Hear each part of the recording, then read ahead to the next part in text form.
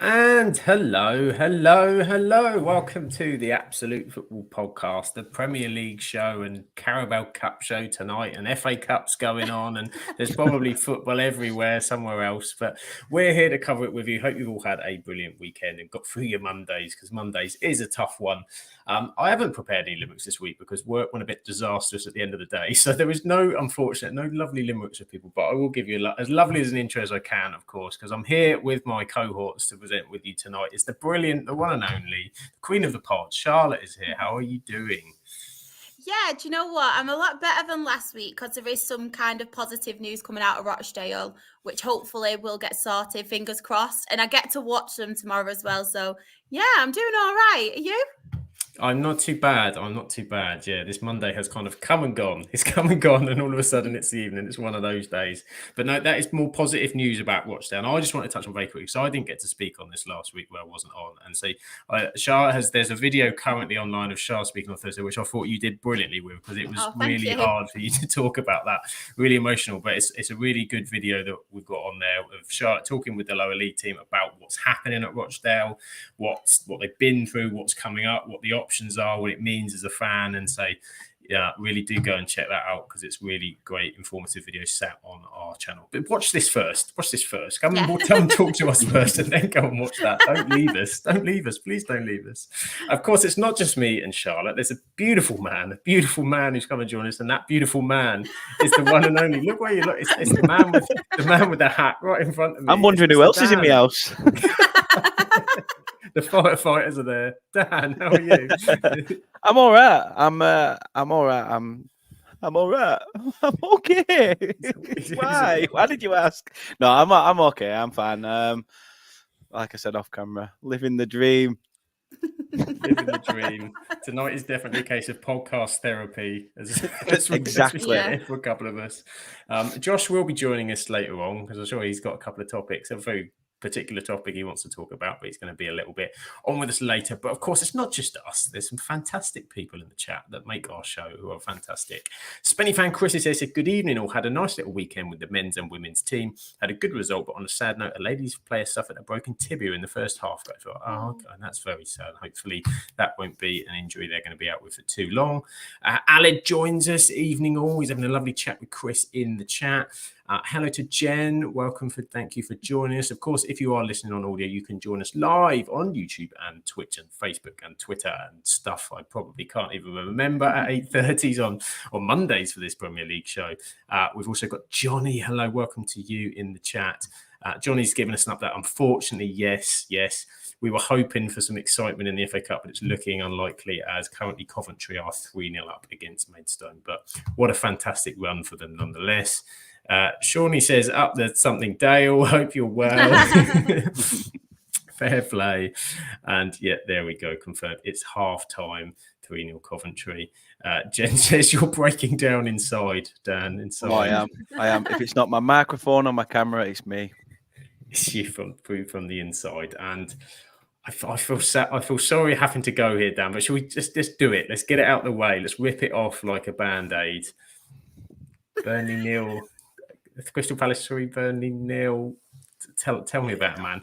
Therapize, come on. Is that a word? I don't know. Therapize it out. It is now. Yeah, it is now. Get it in the absolute dictionary.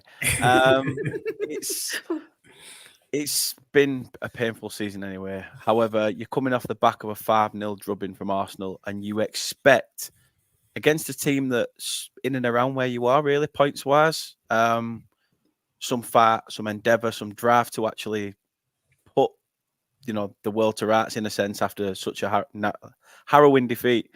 But we went there with none of it, absolutely none of it. 11 players turned up, had a kickabout, went home and got paid at the end of it. That's how it's starting to feel.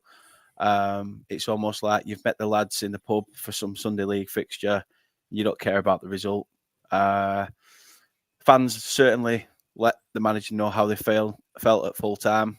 He came over to the fans. He held his hands up saying, look, I'm sorry. That's not going to wash. I think when you can understand it if you see your players actually putting in a lot of time and effort. You're getting all these training videos. Yeah, they look brilliant, but take that to a game at least. I don't understand this trying to pump it long into space, but there's nobody there to receive the second ball. Company keeps coming out with the same things. He's almost turning into Sean Dyche with the repetitiveness of the same sort of crap after games. Something has to change now. He can't be so stupidly naive and just think that. I forgot what the quote is, but it's something like the method of insanity is doing something over and over again and getting the same result. But that's what he's doing. And if he doesn't change it quick, then the next change will probably be a managerial position. I think a lot of fans were already questioning whether that were going to happen today because Burnley FC have been very, very quiet on socials. And there was a lot of talk off some reputable people saying that, he's already had basically a warning and that's it. Any more of this and it's gone. But then I don't know. I can understand why there's people VK out. I can understand why there's people VK in.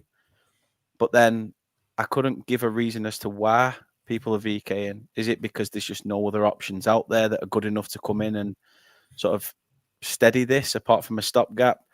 But the game in itself, just absolute write-off. Shower of the rest for the rest of the day. Couldn't wait to get home. Just one of them. I want the season to end now. I'm done with it. I've resided to it. We are going down. We're not staying up. Half these players don't care. They're still getting picked when they don't even play well. And yeah, I think the most famous phrase Bewitched ever said, "C'est la vie." Say it's a tune. It's a tune. What a banger. I know. And then they also did another Burnley banger as well, Roller Coaster. What a bloody season it's been. Roller coaster. And blame it on the weatherman because it's always raining. Is that the reason? Blame it on the company. Blame it on the weatherman. It's always raining up the north, isn't it? But yeah, we can blame it on VAR. Always can blame VAR. Yeah, it's not looking good, is it? I mean, is it a case with company that is? Have you seen any changes, or is he just being so stubborn? These are my principles, and I'm going to die by them. It looks like he is dying by them. Is it a case of that? Yeah, 100%. 100%. I don't understand now that we had a squad in the season we got promoted that was so capable of anything. I mean, we came up against Premier League opposition and we gave them a game. And I think we knocked Bournemouth out of the cup. There were another Premier League team we really fought hard against as well on a bit of a cup run that season. Went up, but you could see that there was a togetherness between fans, board, players. It almost felt like if you DM'd a player on Instagram, he'd go for a pint with you. That's how close you felt. You almost felt like part of their little unit. And then we've got promoted. He's bought in a load of crap he spent 15, 16 million on this crap, by the way, that has now the valuation's probably dropped down to about 2. So this looking for a multi-million-pound player, you ain't going to get jack off any of these. It's embarrassing. Something needs to change. And if company doesn't start changing things, then it's only going to change the seat that he sits in. It's worrying. It really is worrying because with him, we've got someone who's a name pull. But at the moment, people, at the start of the season, people are coming into Burnley saying, yeah, Vincent Kompany picked up the phone, give me a call. At that point, I was hooked. I was going to Burnley. And now you're going to think, well, I'm going to go there. And if I don't get, enough game time, I'm going to be like, nah. I feel that's how bad we were. That against Palace, we was actually singing, we've got the ball, we've lost the ball, we've got the ball. Just every time the ball went tit for tat with everybody else. So we're taking the mick out of our own club. There's no fight, no endeavour. James Trafford keeps making mistake after mistake. Honestly, Shaw, you wouldn't even have him at Rochdale because he just can't pick out a player in club colours. Honestly, he's just been awful. I feel bad because I just go on every podcast and I just slander the way we've been. But when the going gets tough, the tough gets going. That's where you're sat. At least you've got your 90s I'm having to use musical innuendos to make myself smile. It's getting terrible. Dan's got his now. That's what I call music 49 or whatever it is out to keep his spirits up. The relegation edition. Relegation edition. I mean, it was a tricky one. So I mean, just looking at the game itself, obviously you had Josh Brownhill sent off in the first half, and then you kind of had Not even his fault. Not even his fault. That was down to a Trafford pass that he knew Brownhill was under pressure, and he had to do what he had to do. So I can't blame Brownhill for that. No, and then that's left you with the uphill battle, of which, say, Palace, it wasn't until the 68th minute that Palace broke through, and then they kind of had a crazy 10 minutes. But I think, say, all game, no shots on target, I think, which is the third time they said this season you failed to register that. And that's the 5th red card you've had as well this season. Is there any positives, any signs of anything? I mean, I'm trying to find something for you to... When's the next international break? When's the Euros start? Yeah, exactly. It's at the moment there's literally no positives whatsoever, except I'm just your typical fan. I can sit here and say we were this, we were that, and then Saturday rolls around. And I'm like, come on, brother. It's just it's the belief. I don't get it. Honestly, I feel like a hypocrite, but I just know full well we're going into these games, and there's no optimism at all, thinking if we get something, it is, we need to be consistent with it. Right now, I don't see any positive whatsoever, other than what our women's team's doing really well. That's a positive. Our under-18s are smashing it. So at least there's some things going right in claret and blue. But yeah, from the men's game perspective, naff. Absolute dross. Not looking great. Luther Vandross. Luther Vandross. Get another musical innuendo in there. That's what Ogre Music 51, wasn't it? Vandross. It's definitely not Vandross. He's Van Brilliant. But Heather joins us in the chat. Hello to you, Heather. And she says a good point. If you do go down, no more VAR. So every cloud. And she's also been there with these kinds of songs. Jen says we had then songs last season. I feel you. And Shawnee, see, there's some positives. You're honest, Dan. She's expecting your honesty. Well, and Heather's going to buy you a pint at the weekend, not to cheer you up, but the offer's there. So there that's you go. It. It'll be a top up. It'll just be straight back. It'll be like that. I'd have to start drinking it through a straw and spinning round 10 times like I'm 15 again or something up park, and just. I'm trying to get drunk very quickly, just so I don't have to watch it. Just to get yourself through the game. And yes, we're being updated. The chat brilliantly keeps updated the score. West Ham are 2-1 up against Brentford as well. There is a Premier League game going on tonight, which is brilliant because Jared Bowen has scored twice and he's in my dream team. So this is wonderful news all round so far coming out of West Ham. Did you see who scored for Brentford as well? No, I didn't. Who did score? Neil Maupay. Oh, the Maupay machine. I know. It's on a mission. It just works at Brentford. I was watching them thinking it does kind of work, this kind of off. Everyone's worried about Tony and then Maupay steps up. And I think he's on I don't know how many goals he's got so far this season, but that must be at least 3 or 4 maybe since he's come back, which must be better than his Everton record and all that. In his entire run at Everton, surely it must be.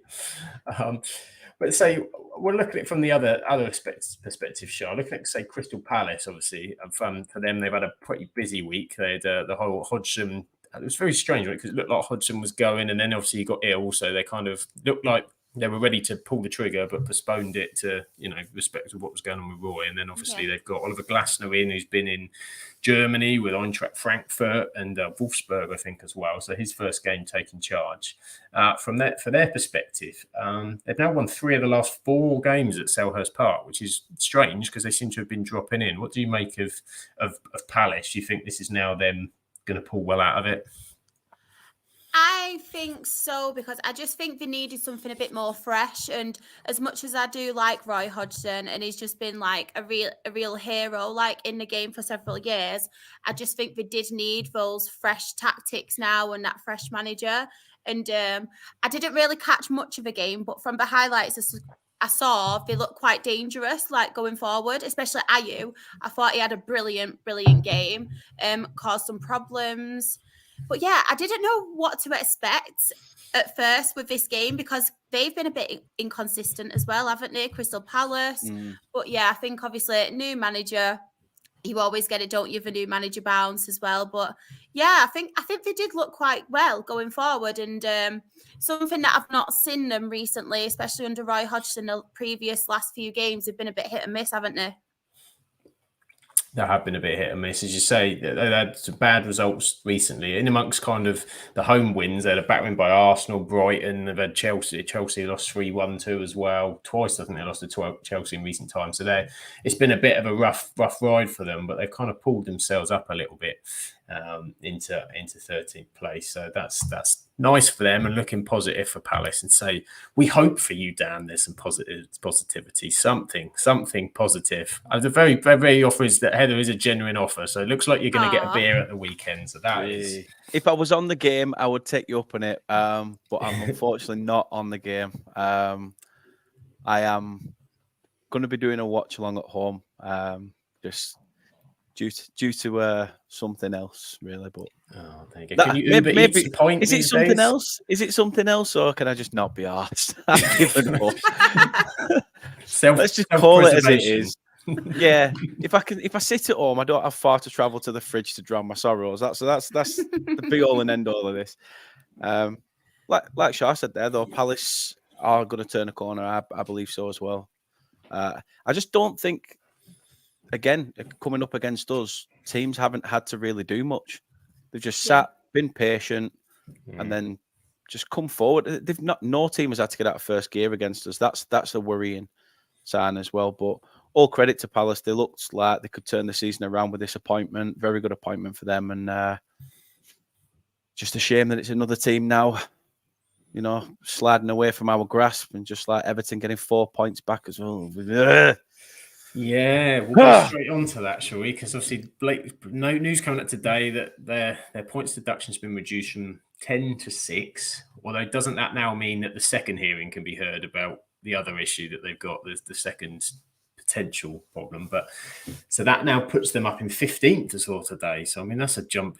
Suddenly, you have 4 points back onto your total. It makes a huge difference down there. Obviously, Everton, if you look at the table in terms of their form, would be well out of it, to be honest. But now that pumps them up. So, yeah, that's not great from that side. But Everton now up to 15th chart. It still must be a worry, though, because they've still got charges over them, haven't they? It's not just, this isn't over. There's that. Them and Nottingham Forest still have a hearing to hear as well. So it's all just, it's making it confusing that we kind of come to the middle of the week and the table's jumping around everywhere. I'm confused as well. And I'm quite gutted as well for Luton, because I feel like with Luton as well, they were doing well, and keeps getting taken away from them. Keeps getting taken away, but then I think to myself, maybe that is a bit of a spur that Luton need as well, because at least they can fight, and it happened with Everton with the points deduction, and then they started fighting more.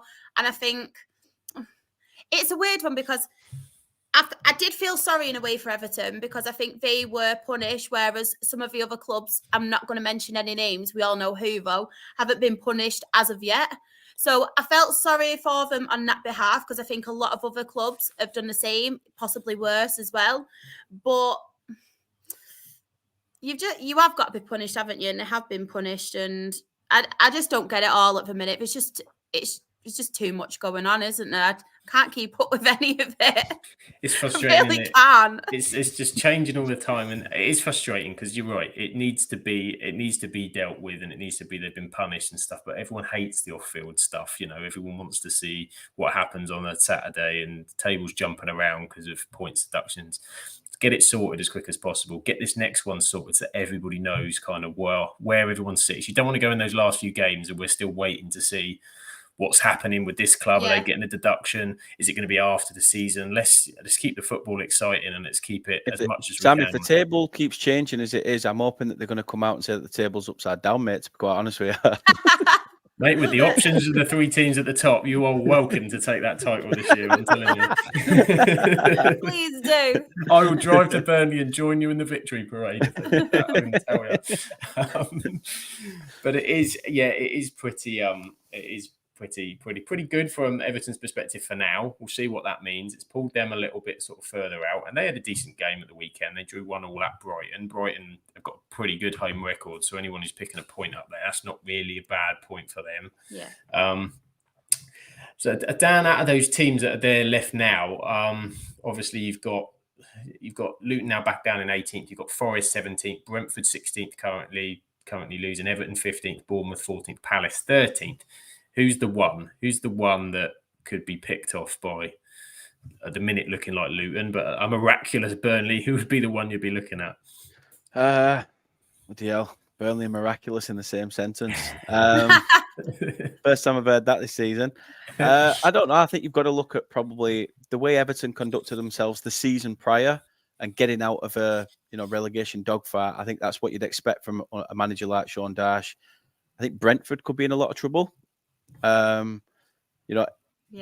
hanging on the hope and prayer of Ivan Toney being their saving grace, and at the moment, obviously Neil Maupay.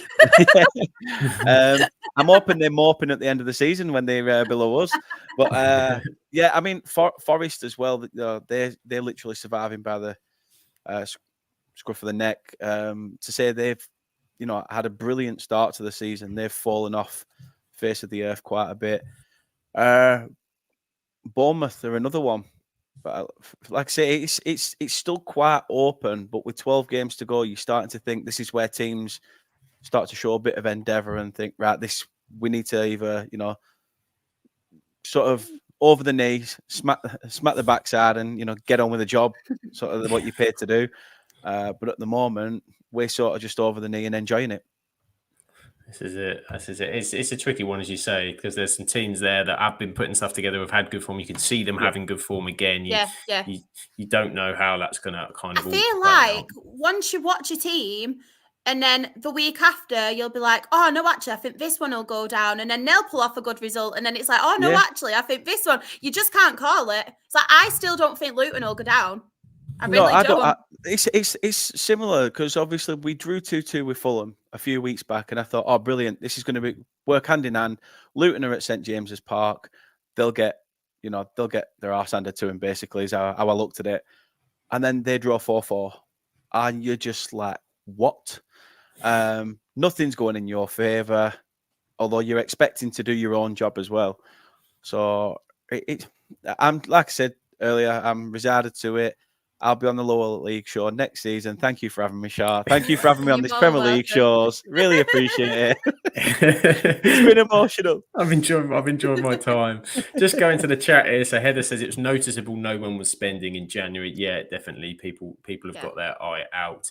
Welcome as well to Mr. Luke has joined us. Hopes everyone's doing well. He's watching Gateshead putting on a show on Saturday with the National League highlight show. Yeah, I'm sure that will be discussed. I'm sure on Shah's show on Thursday. And don't worry, Dan, because Kate says she'll deliver you a beer to your table. You probably need it. And talking of wonderful things that are being delivered to us and gift wrapped, it's Josh is here. Hello. Oh no! Oh, the standards just dropped. So sorry. Surprise. Josh is all right, Josh. I've got a cup as well, mate. Don't worry about it. It's happy days. We're all a bunch of positive people here today, mate. It's all good. Everything's going all right with all of our football clubs. We're all extremely happy. How are you, anyway? How are you doing, my friend? Oh, they're just about here. I'm just about here, and but otherwise, I'm wonderful. Look at all these people in the chat. Look, it's almost like I've got friends. So good evening. Thank you, everybody. Apart from Luke's giving me abuse. Look at that. How much of Josh being on his phone? I know. Look at that. I know. Well, do you know what? Lucas is on his phone in the cinema, so you're all right being on your phone. I was just I was tweeting my own arrival. Your own entrance music. Here he is. I'm a self promoter. Self promoter. And you've come at this point in the show. We're going to move to someone that Charlotte is very keen to talk about. A team that's been doing very, very well. Aston Villa, Shah. They won at home. They picked up some points again after a bit of a dip. Tell me about Aston Villa this weekend. Well, first of all, I'm fuming because I had 3-1 in my Super 6. It was 3-1 for quite a while, and then they just had to go and ruin it. So that's my only negative about Aston Villa. That's my only negative. Outrageous. But I know. It's so annoying. Not like I got any of the others right, though, as well. So it's not like I was going to win this money. But, yeah, I think I think they did need this win, Aston Villa, because I think defensively they're all over the place at the minute, and even conceding the 2 against Nottingham Forest. But they're really good up front. And I know I've mentioned Ollie Watkins, obviously he's scoring and smashing it. Douglas Luiz as well. Both of them, I've not even done my dream team in forever, and I had a little look, and I forgot I've got both of them in, so I'm buzzing. I'm pulling that one off. But I just wanted to give credit as well to Leon Bailey, because I feel like he's completely gone under the radar from everyone this season. And he's been really, really crucial for their, I think, their assists, scoring goals as well, contributing attackingly. And I just think because Ollie Watkins and Douglas Luiz are like the main stars at the minute, he just needed some credit, because I think he's been brilliant this season. I really do. But defensively, I think they could do better, Aston Villa, because they are leaking goals. They are leaking goals, and Emery looked visibly annoyed, didn't he? I think his emotions on the touchline during that. I mean, by the way, he's got this incredible skiing celebration at the minute. If you watch him, he's sort of like he's on one of those ski machines in an arcade when his celebrations are spot on. But I think they were 3-0 up, weren't they, going into half time, and then they conceded and he wasn't happy. Because they're letting teams back in, and they let Forest back in at 3-2. It could have gone the other way, but you're absolutely right. Leon Bailey, I think I saw a stat that only Salah and Haaland have got a better goal and assist per 90 ratio in this season. That's how well he's kind of been playing. It's just not been, I think we said off air, he's just not been playing all the time, has he? No. I feel like as well, because Ollie Watkins is having a really good season, the limelight's kind of on him as well. But he's definitely one to watch, Bailey. He really is. He has been doing excellent. Johnny says, of course, you can't forget about John McGinn, who's also having a very good season. He's having an excellent season, and everybody else is checking out on Josh's celebration. Johnny's Mickey Mouse. Svenny Van Josh, hope he's not too drunk after yesterday. Knee sliding on his kitchen floor, I heard. I don't know. Whatever it takes to get it clean. Whatever it takes. I got knees like Ole Gunnar Solskjaer now. This is it. Put your ligaments out, that will. Very, very good win for Aston Villa. Aston Villa 4-2, which now pushes them well up into the top 4 again. They benefit from the fact that Tottenham didn't play. Just, rubbish, which we are going to come to. But if we touch very briefly sort of on Nottingham Forest and where they sit, they've got a decent little sort of strike unit, I think, in terms of up front, haven't they? The 3 that they've got, Awoniyi, Alanga, Hudson-Odoi have been doing very well. But defensively, Dan, is that where you worry about Forest? Yeah. They've sort of tried to sort things out in certain areas. I think they've tried to do it in blocks. Like you said, they've spent quite a lot of money on bringing a big bulk of players through the door. And then it's like, oh, right, let's get rid of this. I mean, they loaned Emmanuel Dennis, I think, to Watford back there. And they've got these, it's how do you fit all these players into a system? And I could look at ourselves in that sort of equation as well, that we've got a load of players now. How do you fit them into a system? You're going to have unrest. You're going to have players of foreign descent that don't understand how you're playing or how to play with somebody in the side that they're playing in. It's just with Forest, there just needs to be that understanding. If they can click and find that understanding, then it should work for them on all accounts. But at the moment, defensively, they're in that sort of mindset of how that the opposition will always score 1 more than them. Yeah. They'll grab 2, but the opposition are going to beat them by 3. So it's tough. It's tough for Forest, but they will. I think they will pull away. I guess with them, another question is the points deduction, isn't it? Sat over. So I'll come to you, Josh, as well on the points deduction, because we did speak briefly about Everton, but obviously they've had it down to 6 this week, 10-6, and then there's still Nottingham Forest and Everton again that may sort of get punished. What do you think about all this? Do you think the points deduction is going to be Forest undoing, or that they'll have enough even if they do? I mean, it depends how they react to it. There will be, I imagine, there will be a points deduction. I mean, as a sidebar, I'm glad that Everton's got reduced, because I think you get 9 points deduction if you go into administration. So to get 10 for not counting bank loan interest into your finances is a little bit harsh. But it depends how they react to it. If they get down and defeated by it, there can be a bit of a kicking. Yeah, I thought they will do it. Don't you worry. Forest have got that on the agenda, I'm sure. But they'll get all their decimal points in the right place when they do their accounts now. Yeah, it does depend on how the team and the management react to it. If they react like Everton have, and for all the dogs abuse I get off Everton fans online, they've reacted well to it. The team has the spirit. Sean Dyche is the perfect man to have in that situation because he can create that unity and that togetherness to fight through it. Forest, it's precarious. It depends on how everyone reacts. And Nuno, bless his little heart, I bet he wasn't anticipating that. I bet that was a little secret that was kept in his interview. Anything when you get at the end of the interview, do you have any questions for us? Well, yeah. Is there anything I should know about? Nope. Nothing going on here. We got no money. But I don't know. I would like to say I've got a bit of a soft spot for Forest in that because of the Brian Clough connection. So and what they represent is a sort of smaller parochial club, if you like, and building themselves up into that position. I quite like that. So I hope they keep it up. But we'll see. I mean, could do Dan a favour. Who knows? It could do. I will tie everything I possibly can into a knot if it would.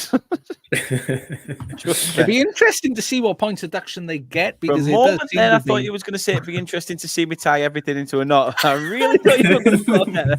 Seen it. Absolute pod after dark. We did that. That was 2 weeks ago on your pod. And if you missed it, Jeff Morehouse.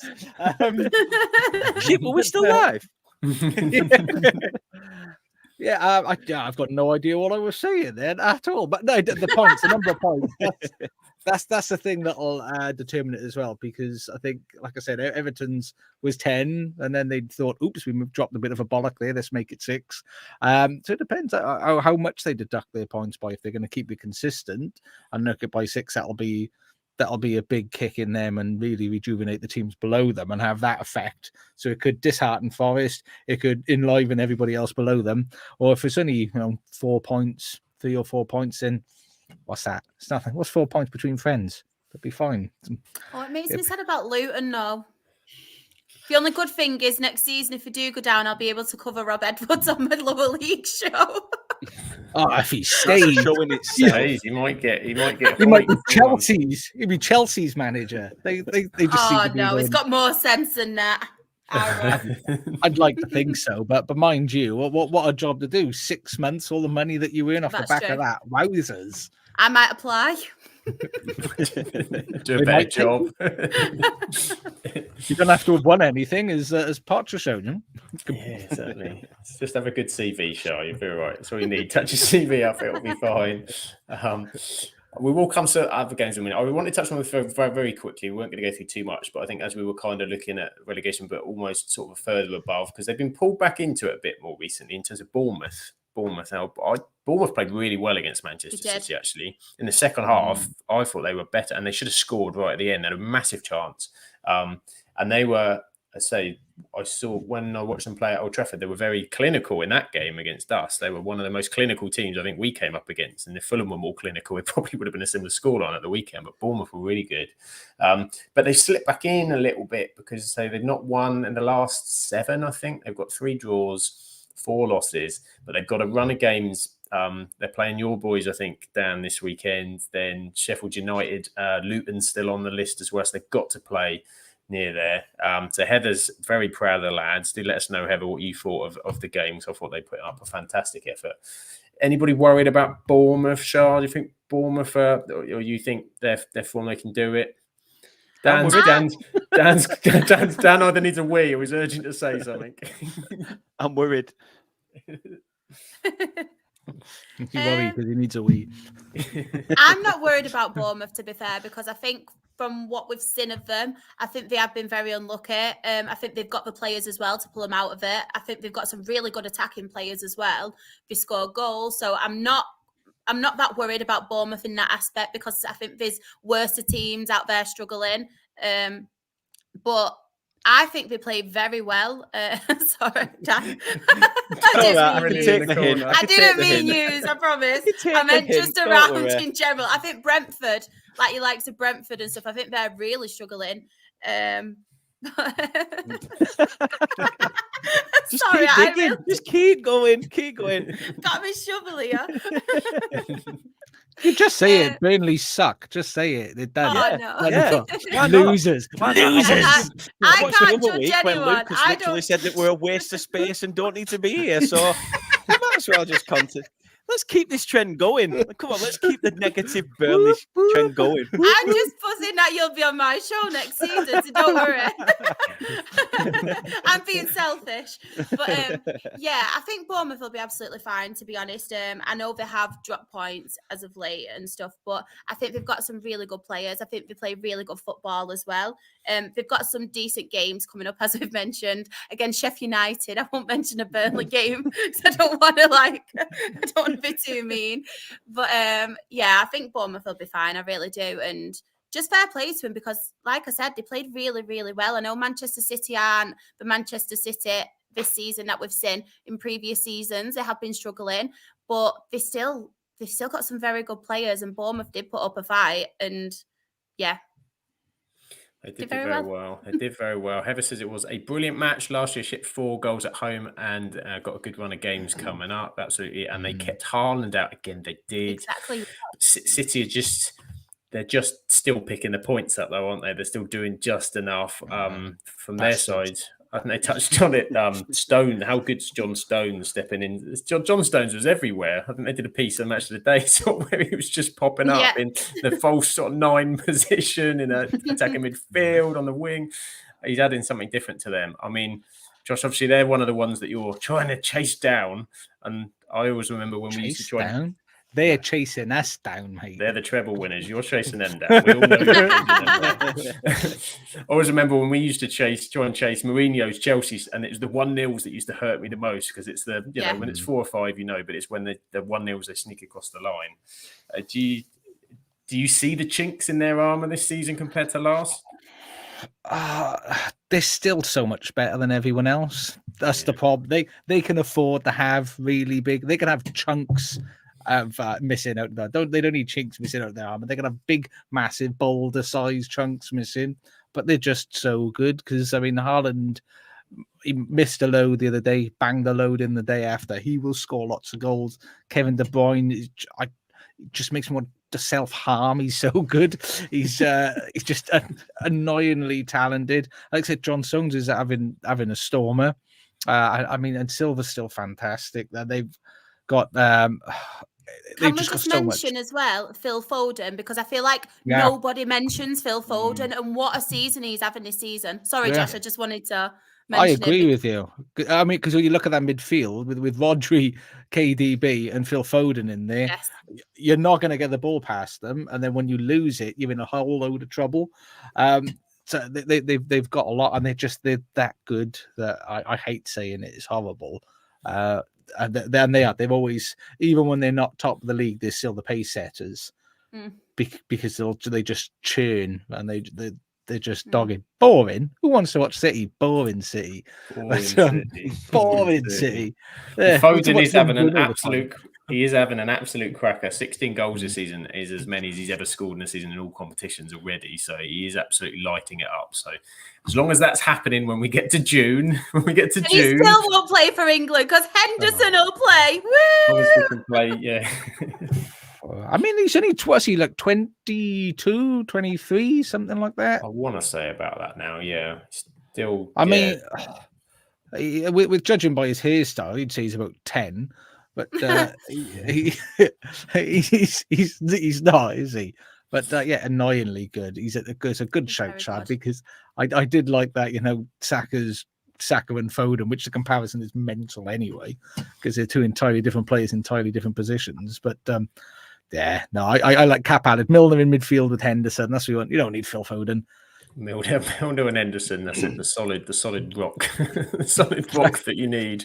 Kieran says, "Well, little do we know how much of a bargain that John Stones would be from Everton. He has been an absolute. I remember he was quite coveted, wasn't he, at the time, and everyone was looking at him. But what he's become is just absolutely insane. Kieran's buzzing because Dan might be on the lower league show. You see, you've got friends in all places, Dan. Get friends in all places. Jenna's well, lower league, Dan. When they want to know. Well, it might not be Lower soon. league, but Dan. I'll tell you we'll what, see. that could stick. That could stick. That's your Twitter handle. New That Twitter is. handle.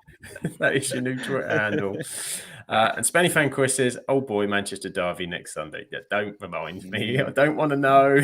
I'll deal with It's that your on birthday, Sunday. isn't it? Birthday weekend, Sam, as well. Day before my birthday. Last year was Man United 0, Liverpool 7. The year before that was Manchester City. I think it was 4-1. So yeah, Sorry, really Josh, I nice think that they Josh's do that. audio messed up then. I think he wants you to repeat that last one. What were it on your last birthday?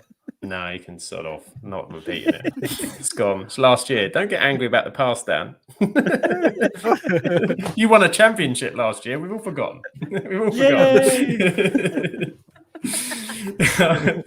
Go on then. I suppose this absolute poop show that happened on Saturday. So Manchester United 1, Fulham 2. I'll give my thoughts after I've gone round the table. Should we say? Go on then, Shah. What's going on there? Fulham 2-1. They played well. They did deserve it. No arguments there. They did play well. They're very strange team, aren't they, Fulham? Because I thought they'd get dragged into it as well, but I feel like then they kind of pull off a few good results as well. I feel like with Fulham, they play some really good stuff, but then they can just go and get absolutely battered another game. They just exist on a weird precipice. You never see them, do you? I really like Fulham. I honestly think they've got some really good players. I just think they're a very strange team this season. But I think they played really well. I think the thing is as well, like United are just leaving so much space in the midfield, aren't they? And I think it's most games now we see it in the midfield, no matter who's kind of playing in the midfield. And I don't know if that's Ten Hag and the style he's playing. I'm not really too sure. So I think that's a massive fault from United's perspective. Rasmus Højlund missing as well. I think that's obviously a real blow because I think he's kind of hit form, and then to have that, and United have got a lot of injuries. You've got to take that into context as well. And I feel like with Manchester United, when they do pick up some form and do pick up some good results, then they just obviously, it's like a few more steps back because of these injuries and stuff. And yeah, it's a really tough one, isn't it, with United? It really is. I think, chasms of space, I think I'll describe it in terms of our midfield this weekend. Absolute chasms. I think some of that this weekend, particularly with not Højlund, where he's starting the press, has been improved recently. Yeah. And Rashford up top just doesn't do that. Just doesn't run and chase the way. And therefore that starts your whole concertina chain. And it was just off of that, so easy to play through, which we've kind of been all season. That was one big problem. And even more disappointing was the fact that they didn't have Pelinha. They didn't have their best player out there. So, they had a sort of midfield that they were makeshifting up. So really, really poor. Dan, what do you make of it? Old Trafford isn't the scary place it used to be for teams to go. No, it was a bit of a nothing game really until the first goal.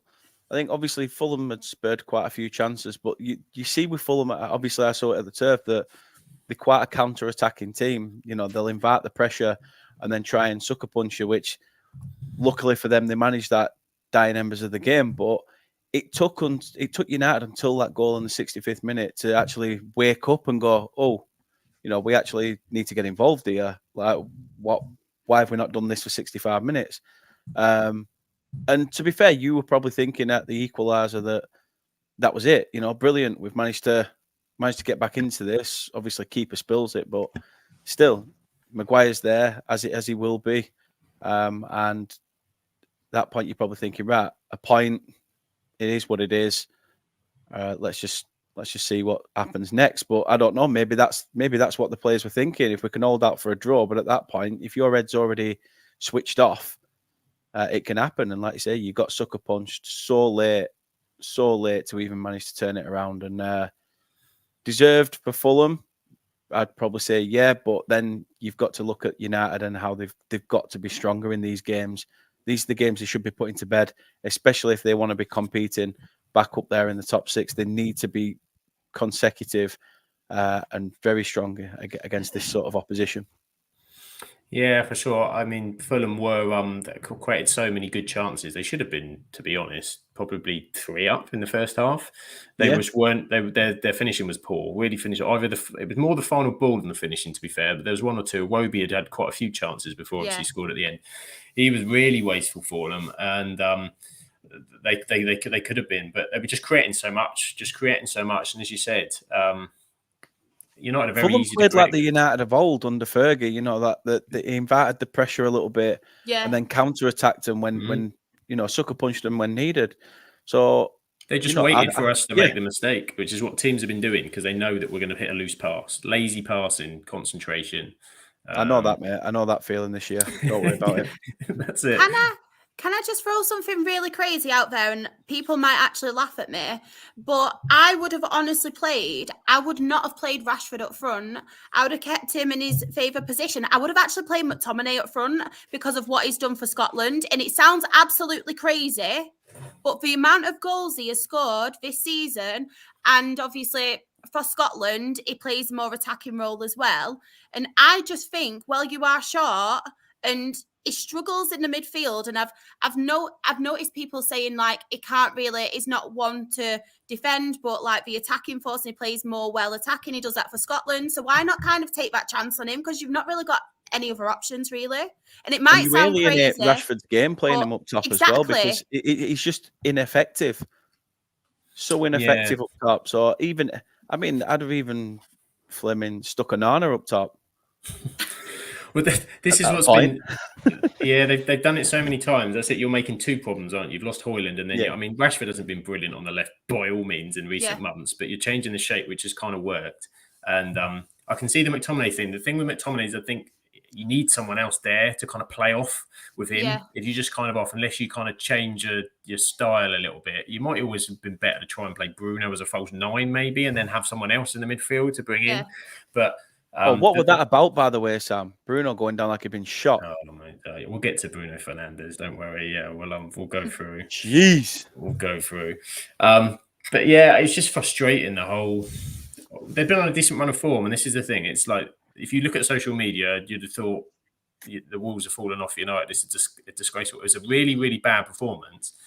But it was one really, really bad performance of recent weeks. Yeah. We were having week after week after week of these bad performances in December. And we put ourselves, I think because we put ourselves in a shot at top 4, everyone's got excited and then forgotten we've still got a lot to learn and a lot to work with. I'll go to the chat quickly because they've got some good points to make on this. Alice is first time Fulham have won away at United in 20 years. Kieran thinks Wobie is the best footballer on the planet. That's a take, I can tell you. That's a take. And of course, Kieran's still loving Newport United. And you saw the issues in that game. Yes, you certainly did. How easy we were to play against and how many chances we gave up. Hannah is here with us. Evening, gang. She's come to join me in the misery of this result. Unfortunately, it's a bad one this week, Hannah. And Hannah says she agrees with Sharp. We want to see McTominay up front. But yeah, not great. So, Josh, and then I'll give you my kind of thought through. What did you take from that game? It shows the issues. I imagine it's a hard time to be a Manchester United fan at the moment because it's proper transition in the middle of a season, and so much is changing in the background. And if I was Ten Hag, I'd be shaking like a shitting dog because you don't know what's going to happen. Because are they going to give him the time that he needs? You've obviously seen the shitting dog, haven't you, Sean? No, you reminded me when we were on the podcast with Matt Jarvis and you said it to him. Josh was the shitting dog that day. It's true. I did. I told him I was shitting like a throwback. But I imagine it can't be easy for him because he's going to have absolutely no certainty of where he is and where his job's at. But where I think the biggest issue is, and Hannah's not going to enjoy this, is your captain is an arsehole. And I think that is your biggest problem, is he doesn't have the right attitude to galvanize. You've got some good young players, that need direction and need guidance. Marcus Rashford needs to rocket up his ass. And if you had Roy Keane on there, he wouldn't stand for any of his lazy shit that he's been throwing. Even in games where he's performing well, you wouldn't allow that to happen. And I think you've got, Garnacho, Højlund, Diego Dallo, Mainu. They need somebody that is going to lead them and direct them and through the way that they should perform and they should behave in the game. And if you had a good captain who could support Ten Hag, I think you would create that sort of synergy, because you want your captain to be your manager on the pitch, someone who's going to guide and lead, and he doesn't do that. So when it's good, it's good. When the team's performing well and he's performing well, your performances are good and everything goes well. The minute it goes back, his attitude stinks, and I think he drags the whole team back. And I genuinely, I think you'd be better giving the captaincy back to Harry Maguire, because his attitude is much, much, much better, much more conducive to what you need right now. You need that stability, someone with their head on. I know, even though he tried to break someone's ankle because he got a little bit lost because he can't quite play right, but who he is, I think that's what you need. You need that person, because he's the wrong guy to be leading for everyone to be looking up. And I think come the summer, it depends how deep Sir Jim's pockets are and how ballsy he is, because really what he should do is stick with Ten Hag and give him another full season and get rid of all the deadwood, all the overpaid players, all the attitude stinkers that you've got. And then, because with the structure that he's got, you could be in 2-3 seasons' time for a really, really good turnaround, which I hate to think as a Liverpool fan. But if you can flush out some of the shit, which I just had to unblock a toilet a while ago. You can get it's just similarly, if you can flush out all the crap that you've got in there, you can give the guy a chance, and I think it could be interesting. But it's going to take 2 seasons. But for me, it's Fernandes. You've got to just shift that guy somehow. Either tell him, look, you're not the captain anymore, so you just sit over here, do what you do best, and be that attacking, creative, flair player for us, and just shut up and let other people manage the team, or just take him out entirely. And I think you'd do better. I generally feel. I think some of the issues, I say, the problem with getting with the deadwood, that's been our problem. We haven't been able to get them off because we've got these silly contracts, because we've tied them down. We've got people on stupid money. They don't want to go anywhere. We had Phil Jones for 5 seasons who was doing, I don't know where he was, but we didn't even see him on like 120. He made a lovely cup of tea. Oh, he was brilliant. Absolute brilliant with a bourbon sherbet as well. He loved the biscuit. But on the Bruno Fernandes point, I get what people are saying, because I find him very frustrating when the arms are up with the attitude, with what you see, with what everybody clips on social media. That's the thing. It's what people clip on social media. That's what everyone judges Bruno Fernandes on. And it's right, because he's the captain. You're going to get clipped and you're going to get seen in that aspect to do it. And he irritates the hell out of me when he does it, because it's not the attitude. It's not what United fans expect of a United captain. It's not what he should do. However, there are bits of Bruno Fernandes that don't get seen or don't get the same publicity, because because it's not negative and it's Manchester United and people love to write negatively about Manchester United, and B, because we're losing. So you're in a position where you've got frustrations. You've got, some of the stuff he's doing, remonstrating with referees. Everybody does that when they're losing. I've seen every single manager and a lot of players in the Premier League do it. Bruno's no different, but because it's Bruno, it gets the thing. And the one thing, I saw an interview with some of the Newport County players. I think, was it Will Evans, the guy who scored and he was saying Bruno was congratulating them after the goal, running back, an excellent goal. He was, where Ten Hag was poor in that interview after Newport, the disrespect he showed, which irritated me. Bruno was very courteous and was very good in speaking. And the way he speaks about the younger players, and he speaks to the younger players in some of the interviews, those aspects are good. I'm not saying he's a good captain, he's the right captain, but I think, like everybody, he has got some qualities, but some of the other qualities are outweighing what those are and causing other issues. I think that captaincy is an issue and it's not right. It's not our biggest issue, I would say. There's many, many, many issues, and I think that's the problem. There is no one, this is the problem. It's all a mix of stuff. So they need a decision on it. Harry Maguire back as captain, I think, would be taking a step back to what it is. It's too much pressure. He's probably benefited from having the captaincy taken off, because he's been able, as you say, Shop, been able to focus on getting back in the team, I think, and dealing with it. But it is an absolute massive it's a massive job Sir Jim's got, a massive job, and we're just going to have to be patient. And I think there's going to be more days like this before the end of the season where we just don't turn up, and we're going to have to get through the Etihad somehow on Sunday, and then see where we are. But my expectancies this season are just kind of, everyone for me is in their kind of shop window opportunity. Show what you've got, and then see what we build this team around going forward. And it should be the likes of Mainu, it should be the likes of Garnacho and Højlund and all the rest of it. And, do you think they should give Ten Hag the time? Because it's the easiest change to make, but I don't know. What do you think? I think they're clearly, because Sir Jim did an interview last week and he was very clear not to kind of name individuals and has been very careful about certain things. And I think they're right to assess. Right now, for me, it's all about an assessment. It's like anything when you're going to go in, you've got to see what you're dealing with before you can kind of make those rush decisions. Or we'll get manager roulette. And who's the manager out there that you go and get now? I mean, there's no kind of clear steer on that. I think you have to say to the end of the season, what do we see? Do we see a philosophy? Do we see a style of play? And as you say, Josh, if you can get rid of some of the dead wood, does that then work if you can then move those on and bring in players that are willing to play this way or things?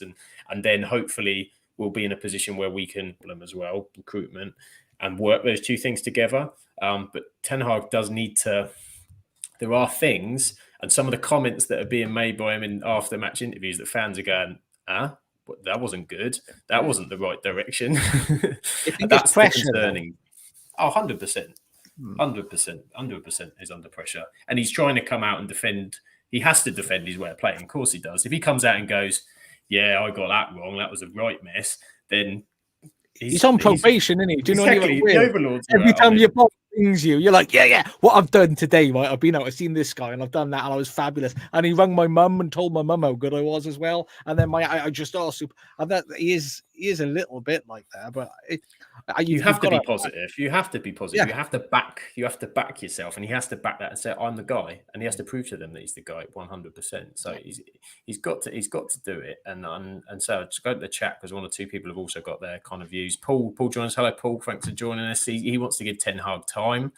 Wants to give him a free rein to get players in who want to play for him, not players who want to bigger their ego. Yeah, that's certainly something that United need in their team. There's also, it's all going on at West Ham as well. Jesus, Brentford have absolutely collapsed by the sound of it. It's now 4-1 to West Ham. They're winning football games. Who knew? Well, David Moyes knew. They're absolutely smashing it. And Kieran is not happy because he got rid of Bowen in his fantasy Premier League team. So sorry, Kieran, I didn't. He's with me. It ties into what you were saying about Ten Hag, though, about saying I'm doing really good. In the same way, David Moyes did the same thing last week, didn't he? Yeah, he did. He backed himself, didn't he? And said, I think you've got to back yourself all these days, because everyone's against you, whether it's your players, whether it's the media, whether it's fans, just social media. Everyone's just against you. When you're doing well, everyone's for you. And when you're like not doing as well, or when you do have a bad run, everybody forgets about the good that you've actually done. Yeah. So I think you've got to back yourself in life, no matter what you're doing. I think we spoke about that. I can't remember if it was last week or the week before, but it's like instant gratification and everybody wants success now. Yeah. And I think like Man United expectation, people have to think of it like this is day one. You've got 2 or 3 seasons to turn stuff around, and you have to accept there's good and there's bad. And what you can't do is when it's good, the world's brilliant. Then when it's bad, everything's shit. And we've got to destroy, let's take a torch to it. Let's throw Molotov cocktails into the stand and kill all the players. You've got to manage that expectation. And you're right, Charles. People, you've got to try and stay on that even keel, haven't you? Yeah.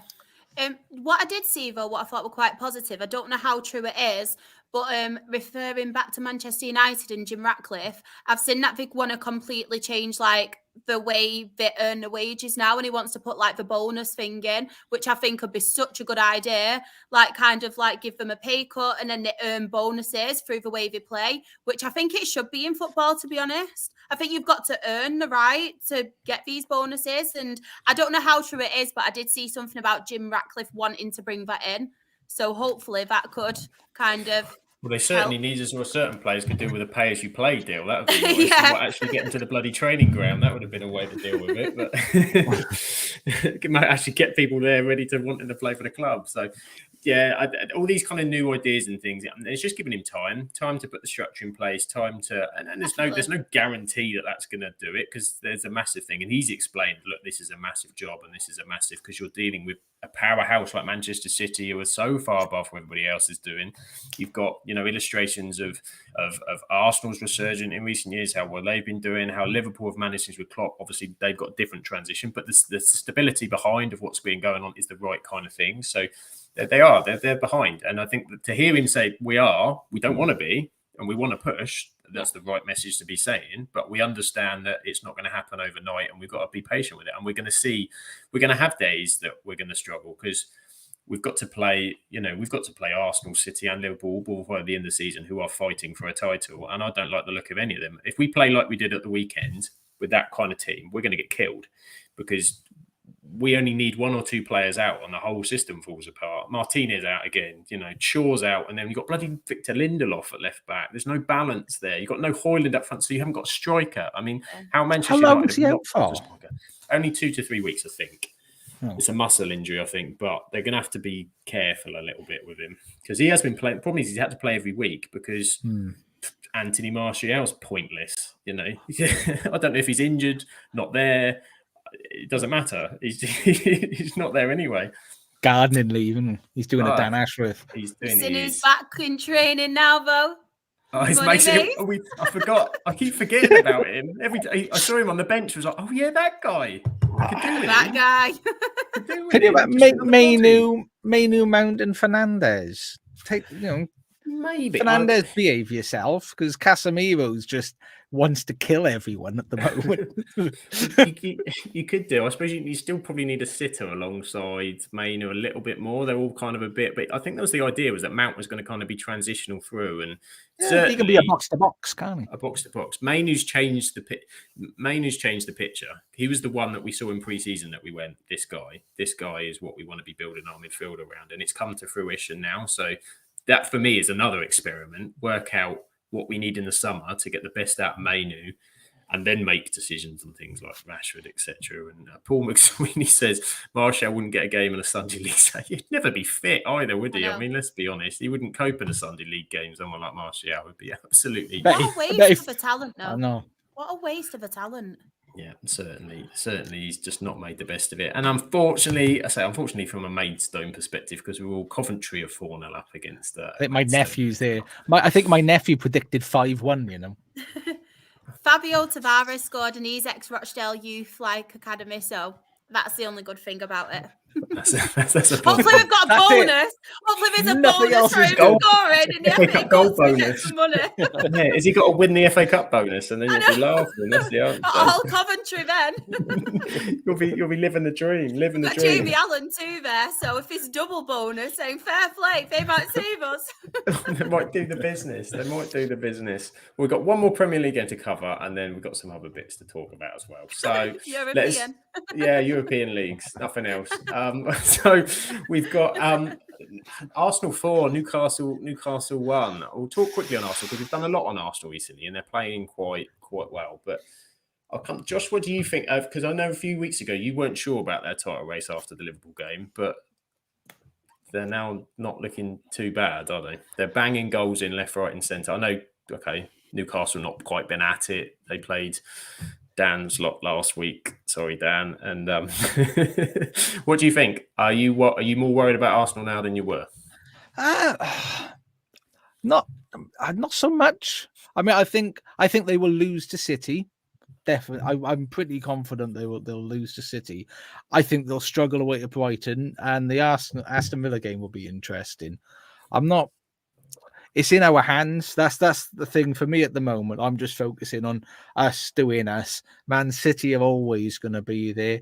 They're going to be that threat, and I just don't know. I've got a thing. I think Arsenal are too, because they are very young. They're very confident space at the moment, and they're one defensive injury away from completely falling apart, because Saliba and Gabriel are doing really well in that in those centre back positions, but they've got nothing else. You know, and if one of them miss a game, I think they'll lose that game, and then that'll knock them. So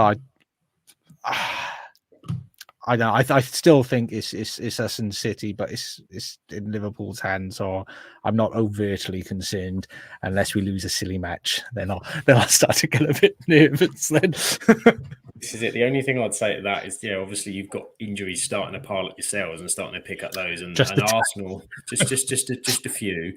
And I'd say we'll come to how the kids did yesterday, but I think relying on them for a Premier League title race is a whole different kettle of fish.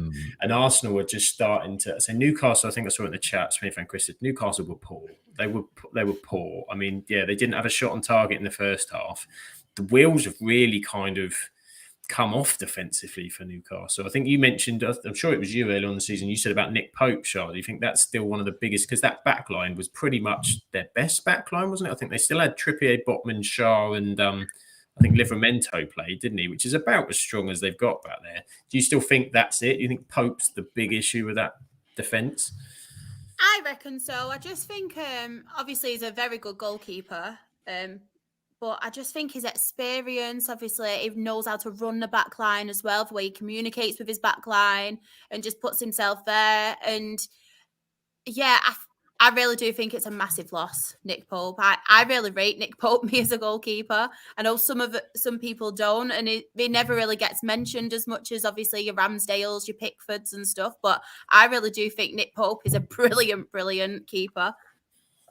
He was very good for you when he down. See you nodding there. Pope was a good guy. Oh, the good old days. Good old days. But no, he single-handedly kept you in games. He's that sort of keeper that will literally win your points on his own accord. So there's probably no greater keeper to, he's well within that age bracket, isn't he, where he's sort of hitting peak. Yeah. Perfect, outstanding candidates for any team to go for. He's been superb, and so they are super missing him. But I'd have a poor performance from them, which is probably about the time to bring up the table. Let's find the table. If I've got the right one, we'll soon find out, won't we? If it comes up, I'll shut my eyes now. Dun, dun, dun, dun, dun, dun. There we go, and there is a table. And just look at where Newcastle are now. Don't want to look at anything, Sam. Thank you. Just you're so sweet, Charlotte. Put your arm across the bottom down. Makes me sad. Look at where Newcastle are now. I mean, and also look at where Wolves are. Wolves, I know. Cheekily snuck up into 8th position there. Pedro Neto and co. on absolute fire. They beat Sheffield United yesterday, which, to be fair, everyone's beating Sheffield United. But sorry, Johnny. Sorry, Johnny. Apologies about that. But off the back of beating Tottenham last week as well, Wolves are having a nice little run up there. And I think anybody else we want to talk about in that table? Obviously, the top 3 is now very close. Some very big games to come. Brighton picking up a bit of form again and are sneaking back into that kind of top 8 as well. They're doing quite well. Anybody else before we move on? As we Dan just doesn't before, enjoy this bit.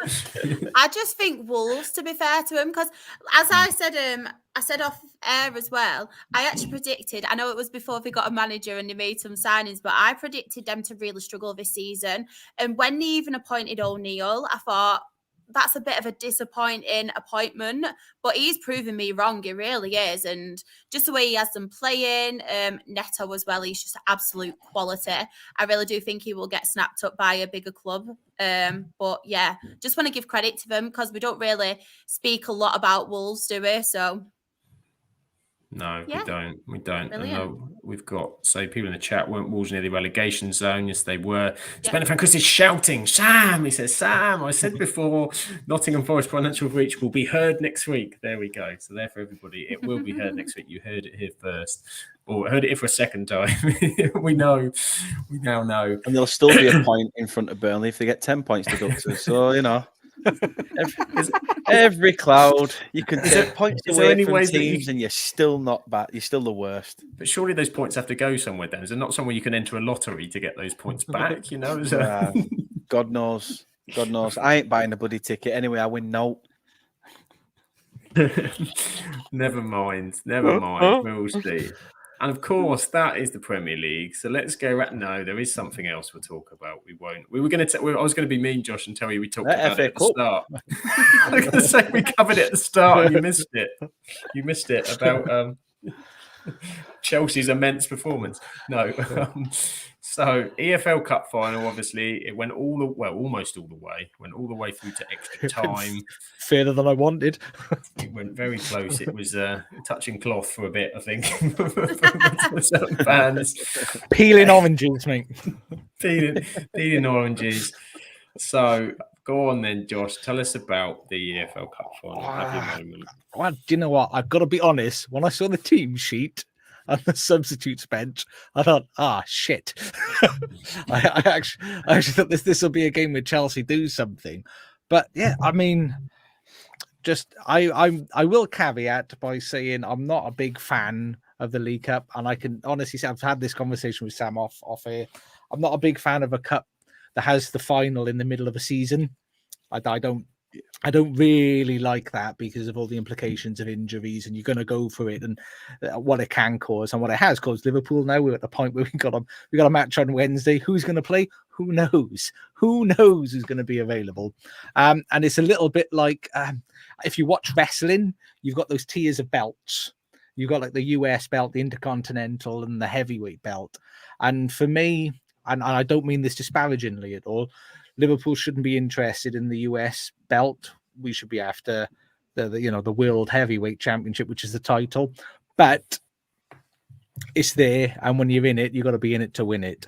And it was just the performance that's what made it for me. In that everybody said, what was it? Gary Neville had this good quote, wasn't it?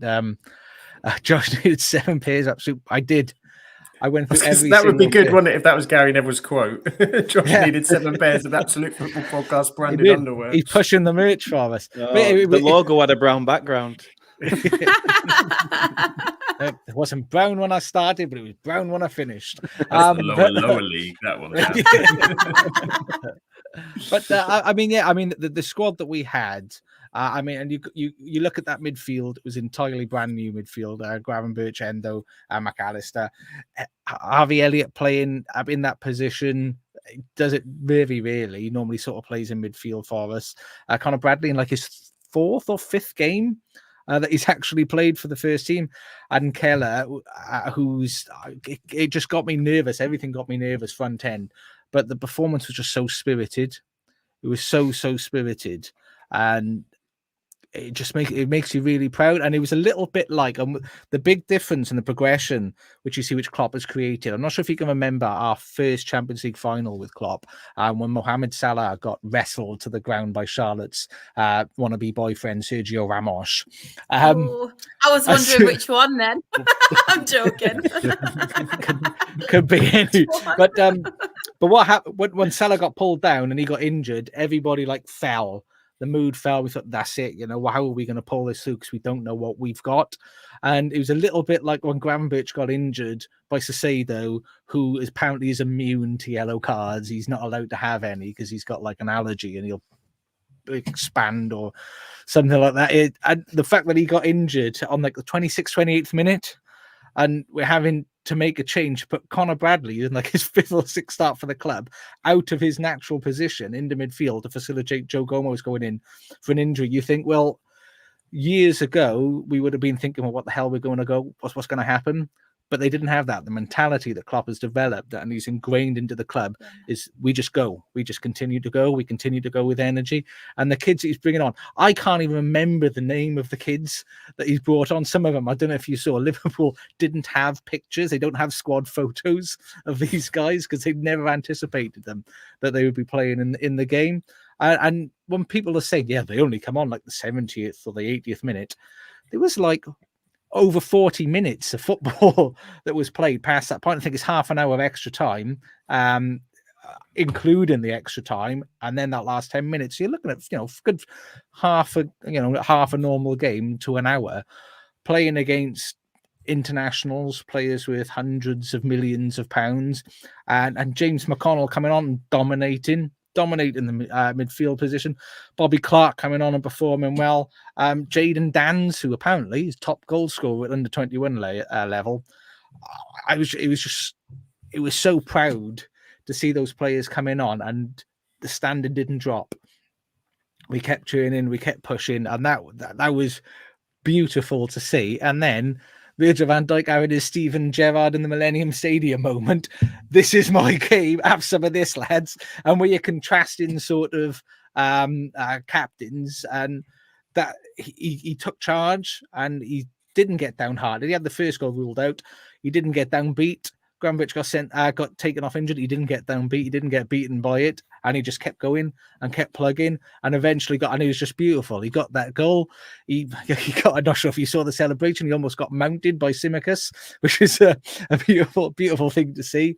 But that was just, that's what made it such a beautiful moment. Everyone wants to win a trophy. But to win it in that way, that regardless of the trophy, it's the way that we did it with the players that we did it, and it just epitomized everything that we've done. It just made me really proud. It was a really, really proud moment. And even better was Chelsea were crap, and we can all laugh at Chelsea together, which we haven't done for a while. And I mean, and I think again, Charlotte and I have said in the past about Poch not being that elite level. He's good.